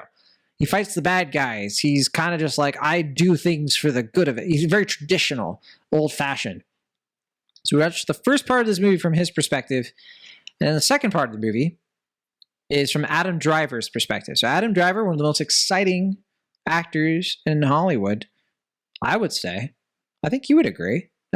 Marriage Story. Yeah. You love that movie. Big fan of his. I think he's very talented. I'm a big fan as well. I mean, Adam Driver. Been a fan of his since Girls. We're not as big of fans of Adam Driver as John Oliver is, but that's okay. And a few people are. I don't know what that's a reference to, but... Oh, we don't have to get into it. But anyway. Okay. Adam Driver kind of plays his bestie. You know, they're best friends. They're super good buddies. But they're different, right? So like Matt Damon's John inherited certain things. He's a warrior kind of guy. He's got a mullet haircut. He's really buff. He's really tough, and he fights people. He kills them. But his whole motivation in life is pride, honor. He feels like he inherited everything, so he has to prove himself all the more. Adam Driver's a different guy. He is a suave, dashing, roguish kind of person who had very humble beginnings. He didn't inherit anything. He had to earn everything. But not just through fighting, he earned a lot of his prowess, his power, through his connections. He's very good at networking. He's like a PR guy almost. He is a guy who strikes up a very deliberate friendship with a count played by Ben Affleck. And that brings us to the next big thing about this movie, is that Ben Affleck and Matt Damon did a screenplay for the first time since Good Will Hunting back in 1997. Yes, their Oscar-winning screenplay. Oscar-winning screenplay, Good Will Hunting. Great movie. One of my favorite films of the late 90s. And they're back. The boys are back. Matt Damon and Ben Affleck. But they're not friends in this movie, that's for sure. Yeah. But so there's this whole rivalry that happens between them. They basically want an excuse to fight each other. They just want to fight. They want to get into it because they don't respect each other. They have like sort of a storied history of like they're friends, and one point, and then they're not friends at another point because one person did this and one person did that. And then along the way, Adam Driver's character, Jacques, he's like, man, Yeah. Matt Damon's wife, she could get it. She is very, very beautiful. And I deserve to be with somebody. She deserves better than Matt Damon's Jacques, the sort of oaf with a mullet. She deserves a sophisticated man who knows Latin, like me. And so he decides that he should be with her. And it culminates in a very horrific and graphic rape scene that happens in this movie. And we're giving that away because it's the story. You know, it's not a spoiler, I don't think. I mean, it's revealed in the beginning of the first act. Yeah. It is. It's revealed very, very early on. But the point is that we get this situation, this horrible thing that he commits from his perspective in the second part of the movie, and then from her perspective in the third part of the movie. The third part of the movie is devoted to Jodie Comer, British actress. To me, like, we saw her in Free Guy. To me, one of the like up and coming actors right now. I think that she is on a trajectory because I just watched her in a movie where she's up against Matt Damon and Adam Driver, and she almost embarrassed them, in my opinion. Because I really like Matt Damon and Adam Driver. I think they're great actors, and I think they're good in this movie. I think Jodie Comer made them look like idiots. Like, not idiots, that's pretty harsh, but like I think she kind of upstaged them. I mean, and that is no small feat. I mean, to be fair, I think Matt Damon and Adam Driver are supposed to be idiots in this film, but I get you. Yeah. That's not really what I mean, but yeah, you're totally. But that's the thing. Is like she comes out of this movie and like this, she has the hardest role in this movie. Easily. Because the writing around this movie makes it so difficult for her character to make a lot of sense. She has to be a holistic human being between three different perspectives. Two perspectives around two guys who do not understand her, and then her own. And she makes something that could have felt stilted and weird and sort of like, this person doesn't feel like they're the same. She makes it all feel complete. Like, this is a performance. Like, if she does not get a nomination for either Best Actress or Best Supporting, I will, like, throw my hands up. It's like, what else do you people want? Like, this is a tremendous performance from her. And it's a big reason why I think this movie is much better, by my estimation, than it would have been otherwise. But what do you think of The Last Duel? Because we didn't touch upon the story that much. But yeah, the two guys, they fight other women, they have a duel. Rashomon, there you go. There you go, yeah. I mean, I agree that Jodie Comer is quite good. I don't know if she'll get nominated, only because I imagine that this movie is going to be overlooked come award season, just because I think they're gonna put all of their eggs into the House of Gucci basket, even though my prediction at the moment, and maybe I'll be wrong, I think this movie is going to be better than House of Gucci, but we'll find out in a month or so, I guess. I don't know. I'm not getting good vibes from the trailer for that film, but I haven't seen it, but also an Adam Driver movie. I mean, Adam Driver and Ridley Scott, like, that's a weird position to be in right now. I guess, yeah, that is weird. Yeah. I mean, he's probably fine. It's just like, well, one of these two are probably going to work out for me. Maybe spaghetti against the wall for him. Yeah. I mean, I think he likes to take risk. I mean, look at like Annette and all that, but, yeah, I mean, I think my main interest became when I found obviously that it was going to be the screenwriting reunion of Ben Affleck and Matt Damon. I realized you were talking. I missed my chance to do my Letterboxd review and say Project Green Knight, and I'm kicking myself for that. But that's neither here nor there. By the way, there's a third screenwriter, and I forgot to mention her, Nicole Holofcener. Yeah. So she does the third part of the movie covering Jodie Comer's performance, and it's a great idea because they're sort of like, well, you know what?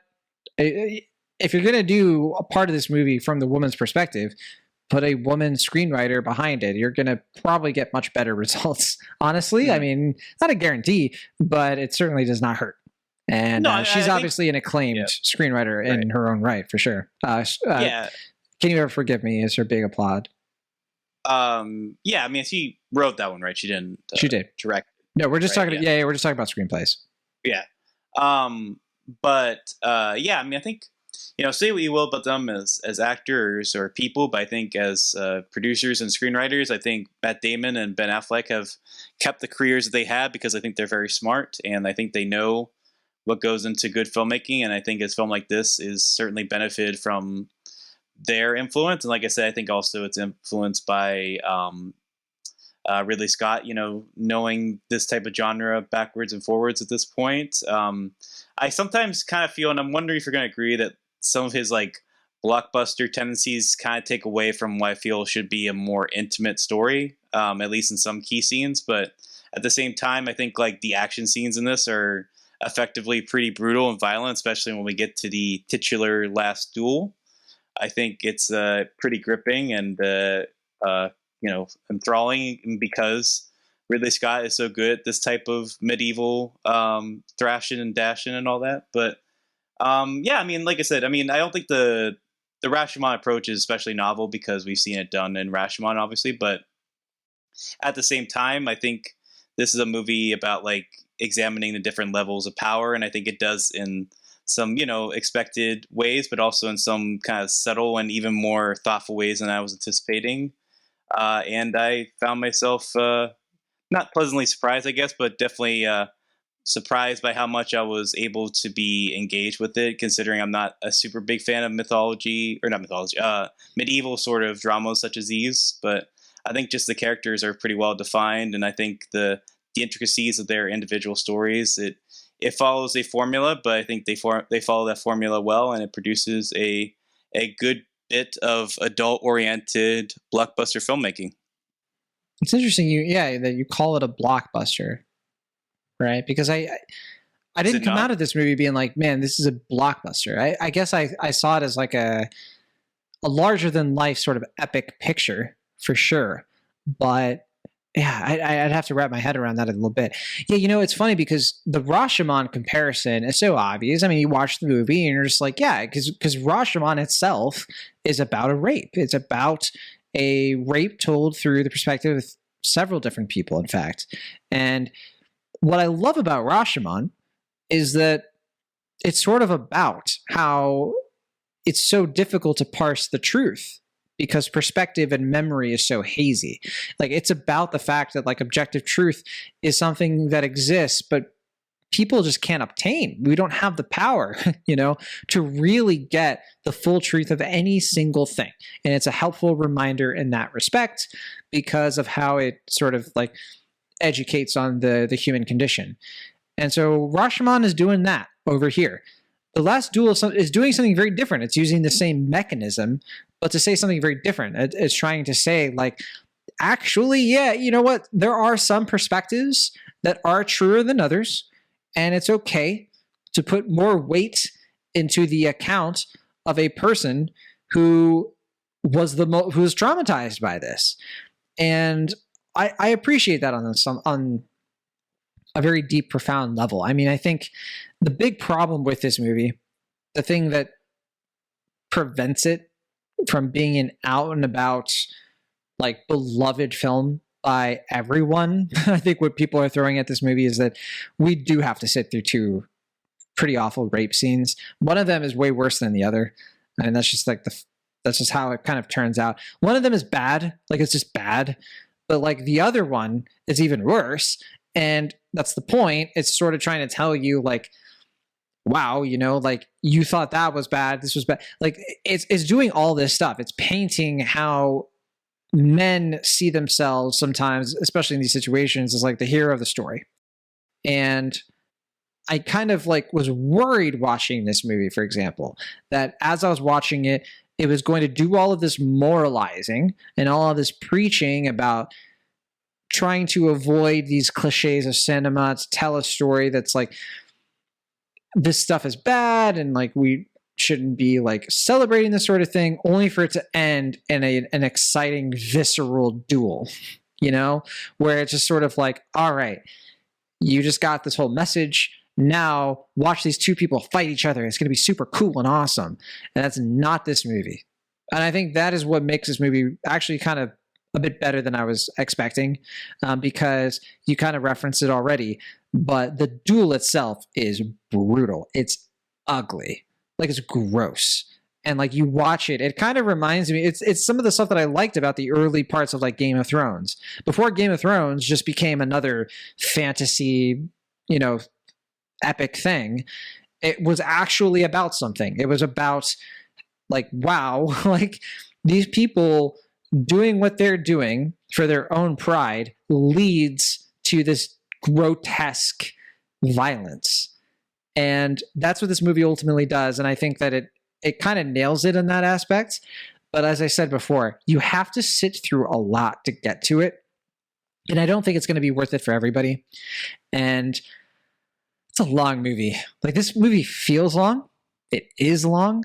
And I keep going back and forth on like, was it all necessary? Like sometimes I'm kind of thinking to myself, did you need to show the rape scene from Adam Driver's character's perspective?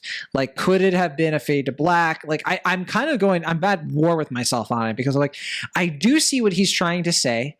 I do see how he's sort of like framing these two scenes that are very similar in some details, but very different in others, and sort of showing you like, this is why he's like trying to justify what he does and all this stuff.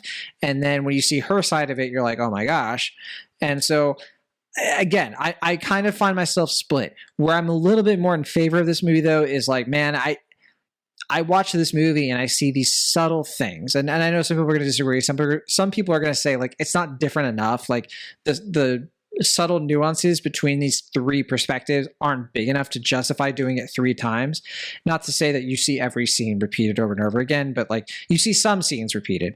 And there are just like little details, little things of like how the camera will capture a different side of a person's body because that's who's being looked at that time. And it actually sort of contributes to the story because you're like, oh, now I see the reaction of the person, or actually I see the opposite of that. I see like the person themselves and how they think that they look during the situation. And yeah, there's something kind of deep and interesting about that. But I don't know if I like this movie as much as you do. I don't know, but it sounds like you like this quite a bit. I'm kind of like going back and forth a little bit. I don't know. I don't know if I like it quite a bit. Maybe I'm overselling how high I am on the film. I think it's a good film. Like, I think it works. I think it's pretty like if we were to give grades, I think it's somewhere in like the B territory. I don't think it reaches A level. Like, it's like I said, I gave it a B on Rotten Tomatoes. So yeah. Yeah, I mean, I think it's like in the like a solid B territory. Like, probably like it's not like a top 5 Ridley Scott movie. I'll even think it's maybe even a top 10 Ridley Scott movie, but definitely like top 15. Like, just it does everything you expect from a Ridley Scott film. I think it combines a lot of his themes from his other and recurring motifs and all that from his other films. But I agree that like I was kind of wondering, considering that the movie opts for the 3 different chapters, why there wasn't more differentiation between the 2 narratives. I mean, obviously, like the big thorough line is that, like you said, like every character views themselves as the main character of their own story for obvious reasons, but then like they like they, in the one scene you're talking about, like when we see Matt Damon's side of the story, he's the one that says like the line that's, I don't remember exactly what it is, but basically just like, I am, the noble man here, and I call for a truce. And then we see from Adam Driver's perspective, he's like, he says the actual thing, and their lines are switched. And then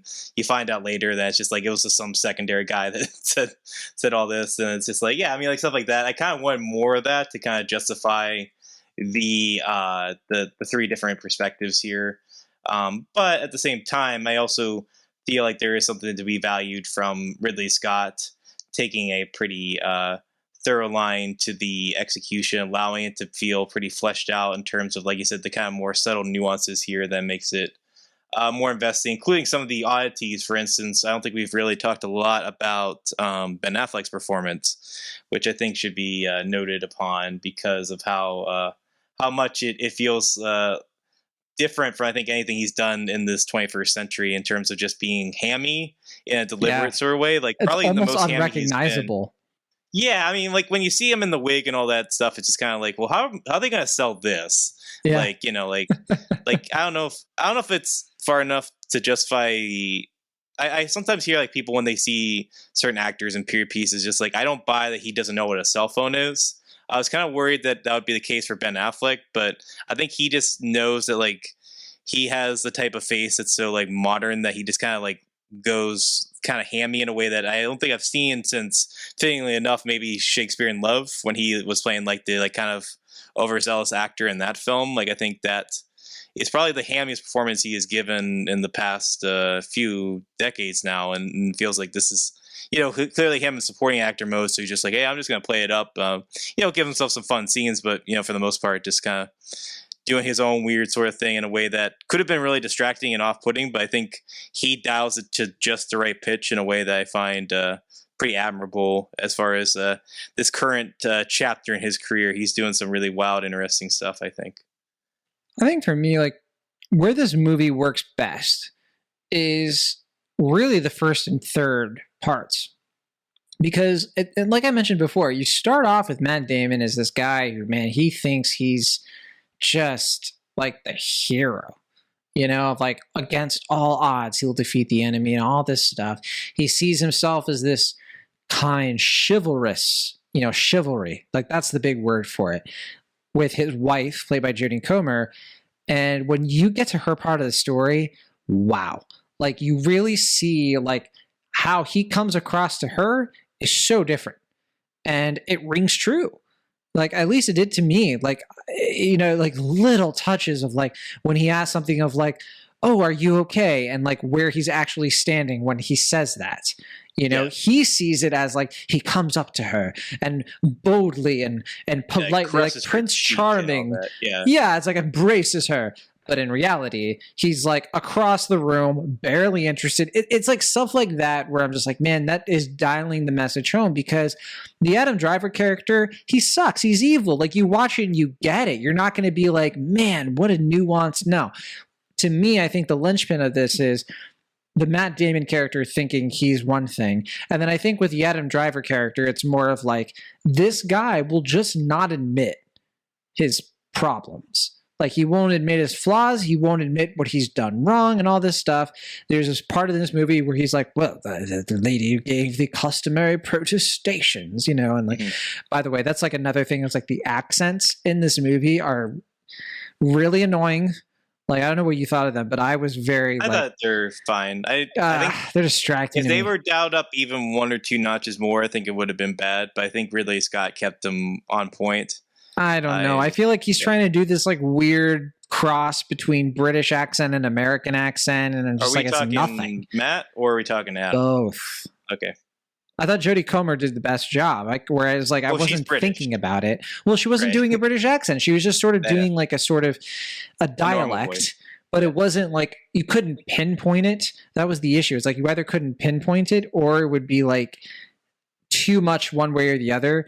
With I think Damon and Driver, it's like they're American actors, and I think that they're just sort of like doing uneven tinges of different countries to their speech, and it's not consistent. That was what was throwing me off. Well, don't you think that kind of adds to like the themes of the film and all that, because it's all about like there's sorry. No, well, beyond that, I just mean that like the whole idea that this movie sort of weirdly like Green Knight is about like myth making and like their sense of pride and nobility, and like how they feel like they have to present themselves in a certain way, not only for their sake or for the people's sake, but like for their own historical purposes. They feel like they have to be like this sort of idealized man and all this stuff, especially in a man's world and all that. And like, you know, the fact that they're kind of like playing into a certain image as actors, and at the same time, I feel like maybe undeliberately adds a meta context to that. Well, I forget where you landed on the Green Knight. I'm glad you brought it up. For me, the Green Knight like is much better than this movie. Like I think that it's the movie that has way more to stand on. And to what you're saying, delivers all of that much, for me at least, in a much more profound fashion. Whereas this movie, you know, I think that it gets the job done, and it has some quirks about it that I think are very respectable and interesting. And it's certainly an award season kind of movie. Like you could do way worse, but I found myself not quite as enraptured by it. And I'm a little disappointed because I think that I wish that this movie had really just swept me off my feet. I wish it was sweeping all critics off their feet. I mean, it's getting good reviews and everything, but I don't know. I know that Matt Damon and Adam Driver are going to be fine. Ridley Scott's going to be fine. But Jodie Comer, I mean, she just, everything I've seen her in has been so strong. I mean, even in a movie like Free Guy, which is, it's like it's like just a cheesy brain, Yeah, burly. She's the highlight of that movie. Like, that movie is kind of weird without her. And I just hope that this like box office issue is not. I hope that Free Guy, which was very successful box office wise, overshadows all of that. And I hope that she keeps getting great opportunities because she earns it. She deserves it. Yeah. No, you're here. I guess we can agree on that. I don't really have much else to add. I mean, I don't know. I kind of. It sounds like we're about the same place with this movie. Yeah, I mean, I think it's a sturdier film than I think you might be giving it credit, at least in my opinion. But I do agree with you that I feel like there was an opportunity here to make a great film, and I think it ultimately is just more of a good one. But I do think what works here is solid and exceptional. And as we've been basically alluding to, we're kind of at this interesting point where we're seeing how Hollywood is responding to the Me Too movement and incorporating stories into that. And sometimes, we get a movie like Bombshell, which just sucks at that. And it's just like, kind of just trying to ride the tide in a very obvious and clunky way. And then we have, a movie like this or like Promising Young Woman. I think, I think they're not without their flaws. And there's a lot of things to be parsed from both those films in terms of what they do right and wrong. But I think they tackle it a little bit more cinematically and grandiose in their ideas, I guess. And I don't know if I don't think we've gotten I guess you can argue The Assistant is probably the best one we've gotten so far in terms of tackling the Me Too movement in a film fashion, at least as far as I've seen. Because it actually tackles it head on. It's not just dancing around it. I think Promising Young Woman isn't dancing around anything. Oh, for sure. Okay. But at least when you're making the for the critic making the comparison, I'm with you there. I think that, look, these movies have a point of view. And I get frustrated when people are just sort of like, this movie's preachy. It's like, no, it's not preachy. It has a point of view that you don't connect with. And, that's that. What are you going to do? You can just move on if you want. With this movie, I think that's the case. And I don't think that this is like doing any sort of moralizing that rings as false or exploitative or just sort of like, we're going to comment on this without reckoning with it. And I think that if there is one thing about this movie that is great, it is the duel itself. I think that entire sequence, I had Ben-Hur chariot flashbacks, like the first time I saw that scene, from Ben-Hur. I mean, it's the kind of stuff that I can't remember the last time my heart was pounding the way it was during the actual duel. And it's not because I cared about these guys forget them. Adam Driver, Matt Damon, I did not care about their livelihood because I won't give it away, but like the movie makes it clear that the real stakes are on Marguerite. And like what happened, Marguerite being Jodie Comer, I don't know if we ever said her name, but what happens to them affects her. Unfairly, but that is the reality of that situation presented in the movie and in the real life events, right? So watching that duel, I was like so conflicted. I was on the edge of my seat. Like, I hate, it's a cliche, but it was true. Like, you could see it. Like, I was about to fall off. And it's because I cared about her. It's like the empathy I had for this character. Like, that stuff it works. So if you're going to nail anything in this movie and it's going to be that, then you know what? That's a lot. That's a lot accomplished by me. So yeah, I come out pretty favorable on Last Duel, but not overwhelmingly so. Yeah, I mean, I think it, as you mentioned, it's a long film, but I also think there's something to be admired about the fact that for the most part, this is a film about like litigations and courts and all that, but it's done in a blockbustery way, and it's done, I think, for the most part, in a fairly engaging and entertaining way as well. And I think that's not something to be outright dismissed, like the fact that a movie like this is able to be so much about such nitty-gritty things and able to be pretty broadly accessible. I don't know. I think that's pretty commendable, and I think that's only something a filmmaker like Ridley Scott can really pull off in that respect. Yeah, because it's never about the nitty-gritty. It's not about, the land going to this person. It's about these men's sort of like inability to deal with these arbitrary things. bruised egos more. Yeah, exactly. Like there is a deeper thing behind it, and it's easy to recognize. Like Scott isn't just trying to like invent like stakes, like just pull them out of nowhere in order to pull the story along. Yeah, he's not doing that. But anyway, we talked a lot about The Last Duel, and I think that honestly, that is a testament, I think, to the movie itself, because like I have been thinking a lot about this movie since I saw it. I have been sort of like going back and forth on a lot of different things, and that's a great sign. Like I genuinely am like conflicted on a lot of this movie. I understand why, like I see people who love this movie, I see people who hate it, I see people who kind of are like us and in between, but like one thing is for sure, it's hard to watch this movie and not have an opinion. Like I think that's the case. So, yeah. I mean, I think it's a good film. I mean, that's my broad, simple takeaway is I think it works. It's good. I don't think it's as good as it could have been, but I think it does its job. It does it well, and I was satisfied. Big flop of a movie. It costs about $100 million.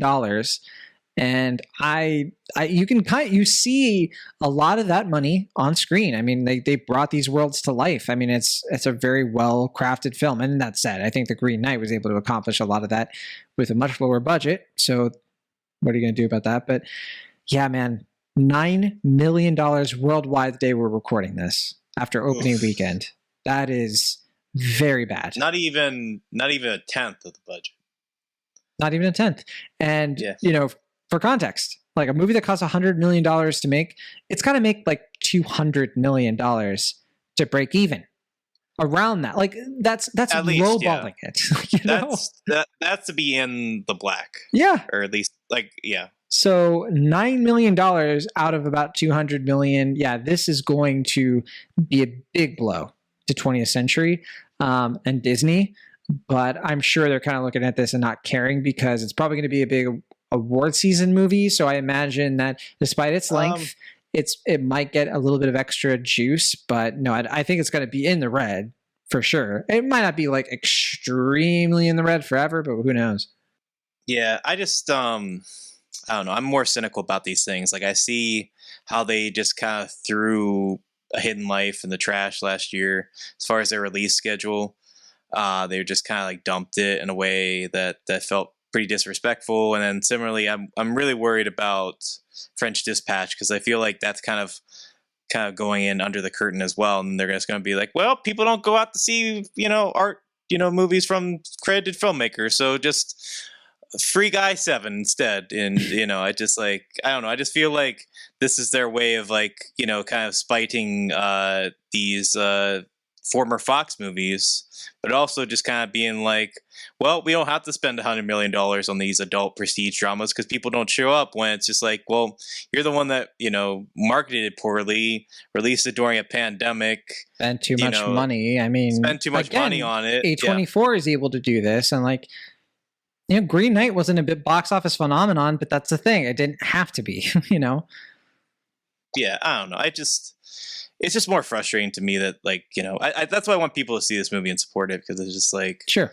It doesn't make a difference. I think there's no way this becomes a profitable film unless like overseas it does phenomenally well or something, but that's probably not likely at this point.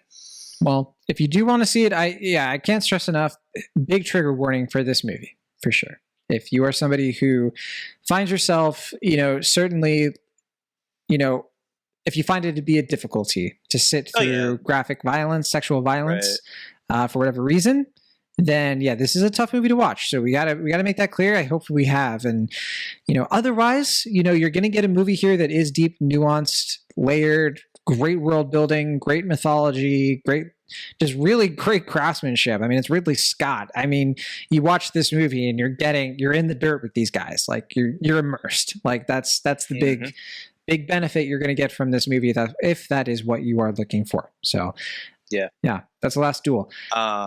Yeah. It is 153 minutes long, but how is it doing with critics? So we kind of already covered the box office, which it's not great. But Ashton, what do you think the tomato score is? What do you think it is on? What score do you think it has on Rotten Tomatoes? 185 reviews have been counted. One of them's mine, so that gives you a little bit of something. I'm going to say 83%. Once again, you're within 5 points. Sorry, I keep saying 5. You're within 4 points, just like last time. Okay. 87%, so a little higher. So it's an 87, which is very high. It's certified fresh. Yeah, and that's what makes me think that it's going to get awards buzz. Yeah. Yeah, maybe. I think for a movie of this scale, with that high of a score, I think it's a good chance. But, all right.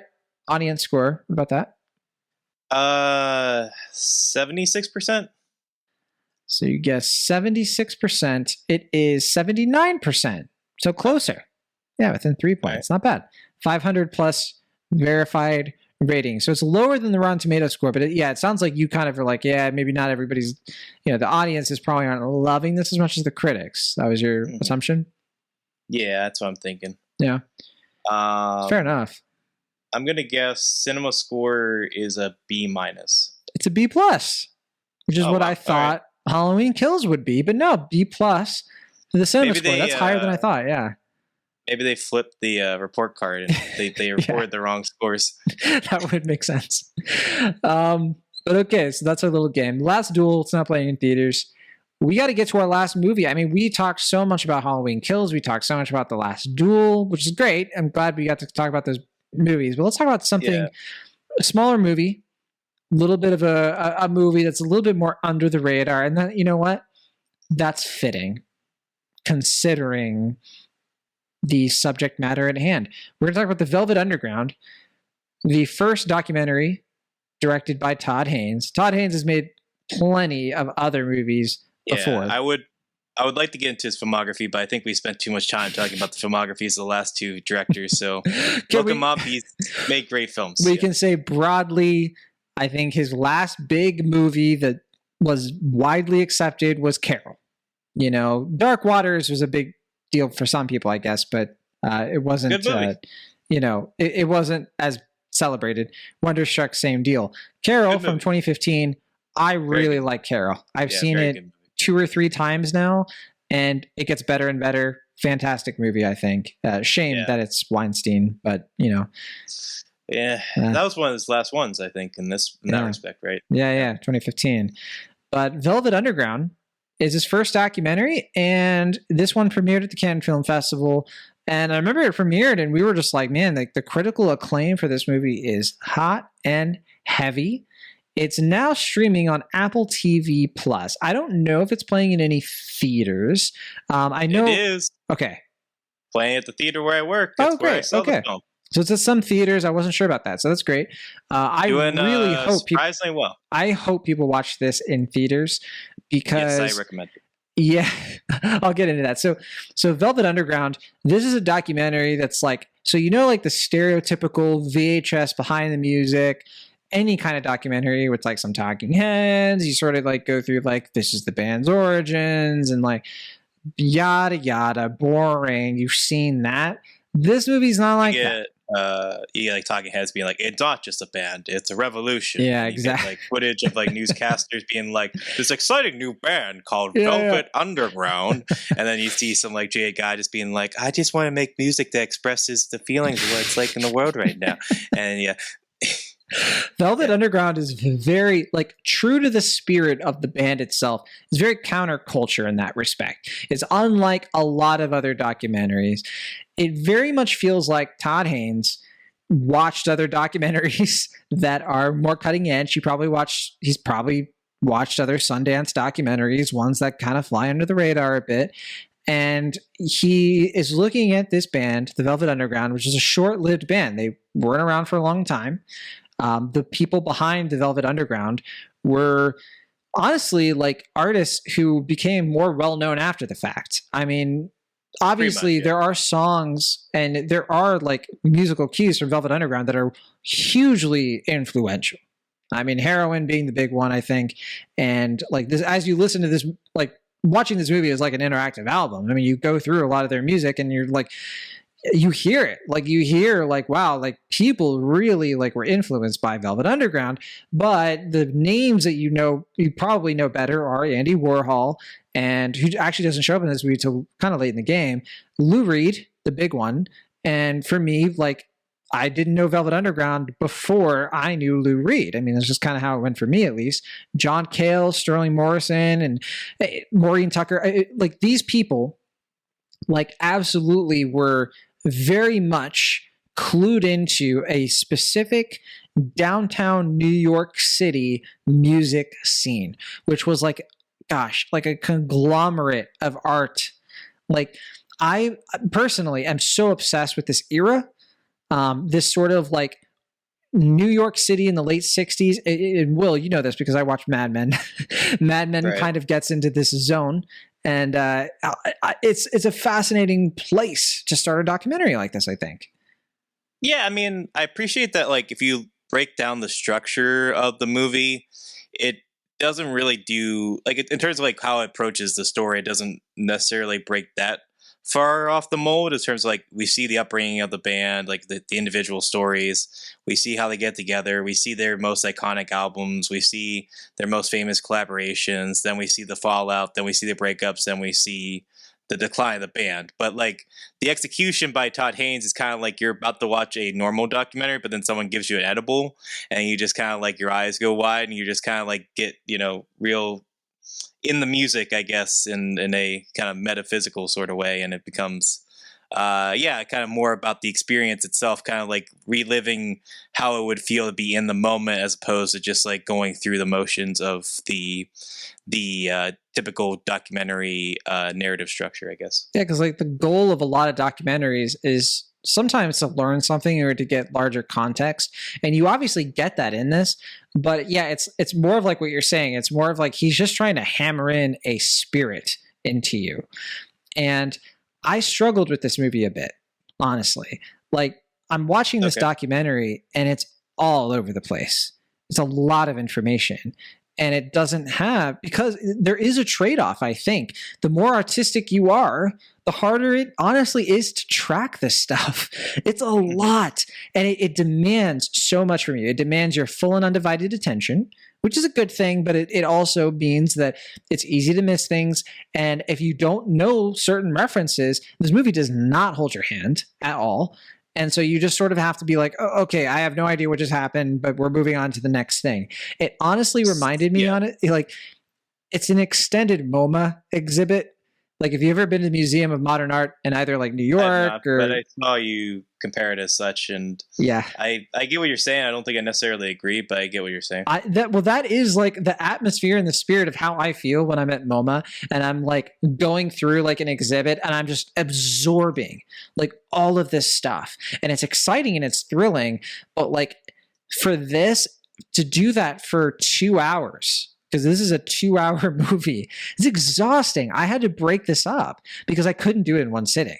I was tired, like honestly. I mean, the obvious approach that I think Todd Haynes is going for is that he's trying to make it Warhol-esque. Like if Andy Warhol is still alive and making a movie about Velvet Underground, like this is the approach you take. It definitely evokes Chelsea's Girls in particular. I mean, they even name dropped Chelsea Girls at one point in the film, and I think that's the deliberate intention in terms of how it's executed, doing the split screens, doing the like kind of like the film bleeding into one another, and the music kind of overpowering everything else and all that. I think these are all very deliberate choices that Todd Haynes makes. Like I said, I think for me, I don't think the big takeaway is that you're supposed to learn everything you need to know about Velvet Underground. For me, I feel like if you were to go up to Todd Haynes and be like, hey, I just don't really understand the full concept of like what was going on in the group, he'd just be like, well, then like just read Wikipedia. Like, why are you asking me? Like he's out to make a movie about the experience of what it was like to kind of like be Lou Reed and all these guys in the moment and making a movie. And for me, I think that's more admirable than just making a talking heads documentary. Because I mean, how many times have we been on the show talking about like it's so boring that filmmakers just have people in a room talking behind like a blue screen, just being like, this is important because I'm telling you so. Here are 15 other people telling you that's also important, and then like one funny anecdote about it. True, but like, that's also in this movie. Like, let's be real. That's what I'm saying. Like, he's not going too far against he's not going completely against the grain. Like he's doing that. That's what I was trying to say with my edible thing, is that like it feels like you're kind of watching a normal documentary, but you just happen to be under the influence of drugs. Where you're just hearing voices come from nowhere, and you're just sort of like, exactly. Wait, what? Who said that? Why? Right. Yeah, exactly. Yeah, that's what I mean. Yeah, it's exciting to watch. I mean, it's the sort of thing. When I'm watching this documentary, and all this stuff is happening, And I appreciate the craft of it more so than I do the sort of like, because to me, I felt that experience in the first 45 minutes. But then once we get to like Sterling Morrison, that's when it starts to lose me. I think with this movie, what I appreciate about it is like, it's hard to do a Velvet Underground documentary. There's not a lot of footage of these guys. Like, there's hardly any of them on stage. We barely see anything of them like together. So you have to be really creative in how you actually like bring this about. And I think this movie is missing a few moments or like a thesis statement for getting across how important Velvet Underground is. It sort of takes for granted how much music history you already know. And I'll admit, I'm not a music history expert. So like, if I'm floundering, that's not the biggest. Like, if you are a music expert, if you're somebody who really knows your stuff, you're probably not going to have these same issues that I am having. But I do think most people are not music historians. I have recommended this to a few people I know who I do think will get a lot out of this. And as I mentioned earlier, like watching it in a theater is probably best because when you're at home, it's so easy to be like, I just got to take a break. But if you're in the theater, I imagine it would probably be like Sparks, the Sparks Brothers, where you just let it happen. Like just sit there and get absorbed into it and everything else will work itself out.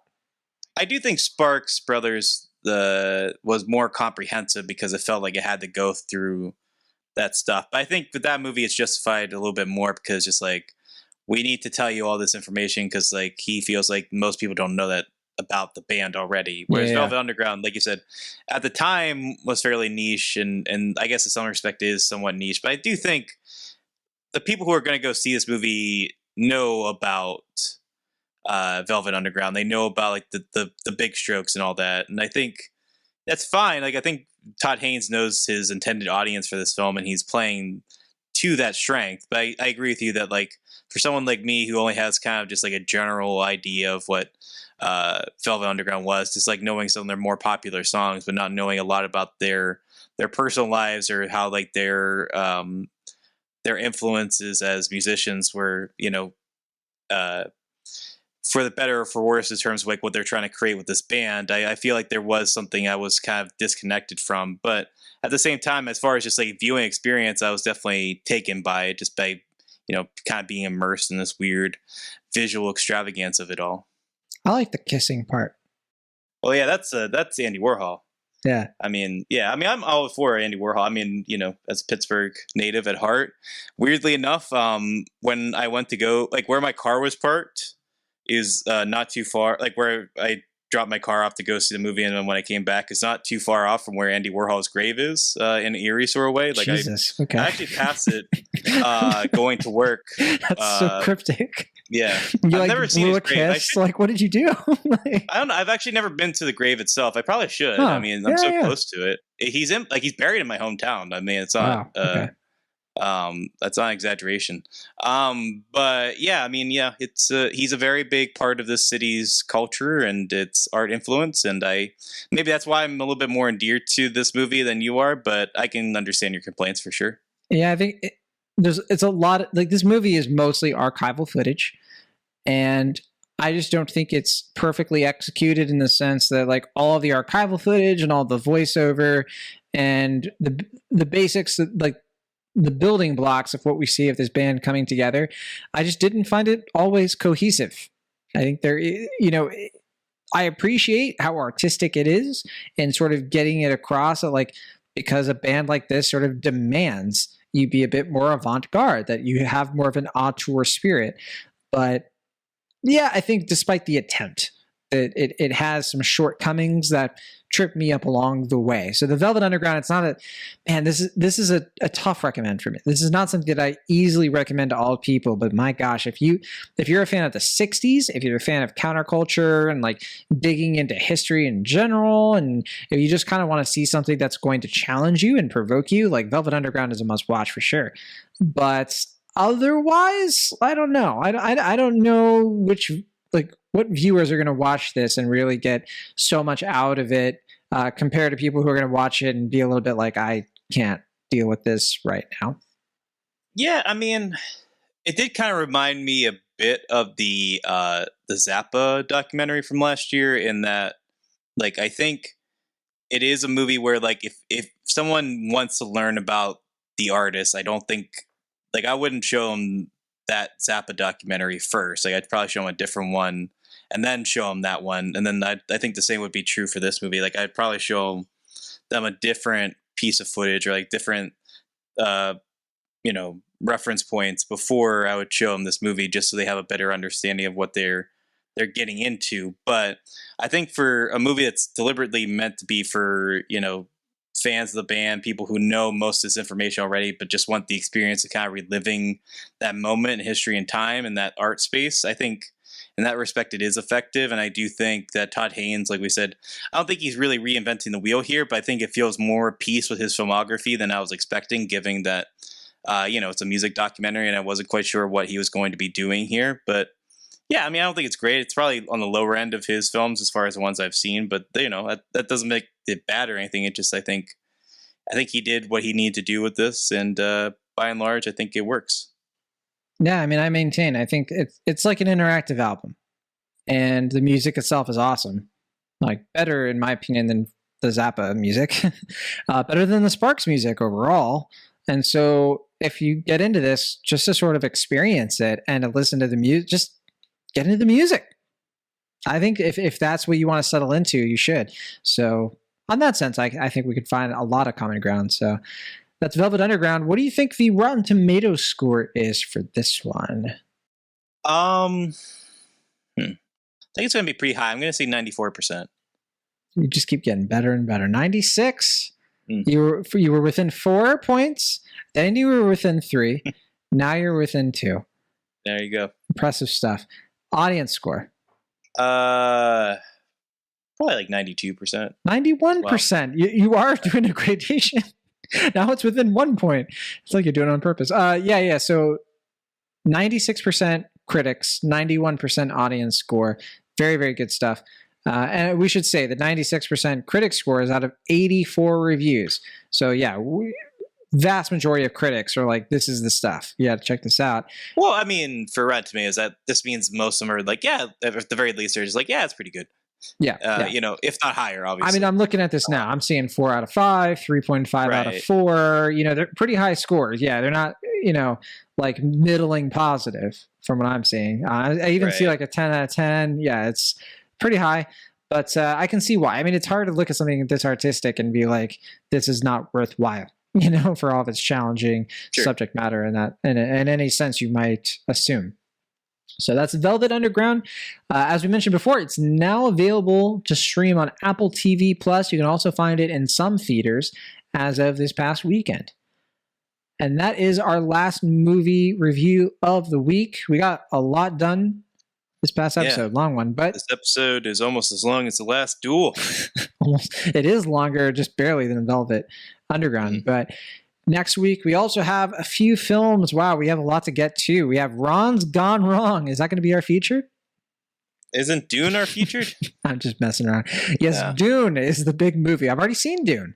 I hope I remember enough of it to have as detailed a conversation about it that I want to have. Because I do want to have a detailed conversation about Dune with you. Yeah. Soon. I hope they give out those t-shirts like, I made it all the way through Dune and all I got was this, sandy t-shirt or whatever. Yeah, I hope that. I don't think sandworm. Yeah, all I got was a sandworm t-shirt. Yeah. But Dune's not the only movie. Ron's Gone Wrong is that animated 20th century studio or like Fox animation one that's now Disney. Well, it's Disney now. But it wasn't originally. It's like a sci-fi kind of robot movie, I think, where he's like a robot toy. Zach Galifianakis. I forget. I don't know. Somebody named Ron Burgundy, maybe. But yeah, there's that animated movie.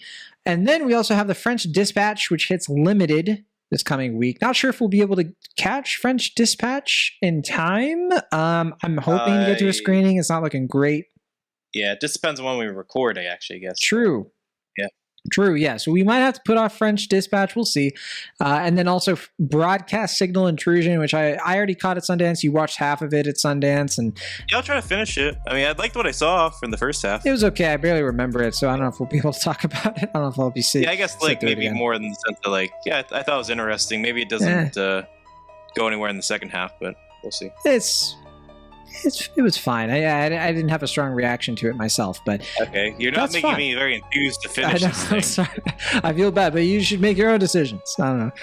But yeah, that's what we have on deck for next week. Until then, don't forget to email us. Say hi, cinemahawkspodcast@gmail.com. All the stuff we mentioned earlier.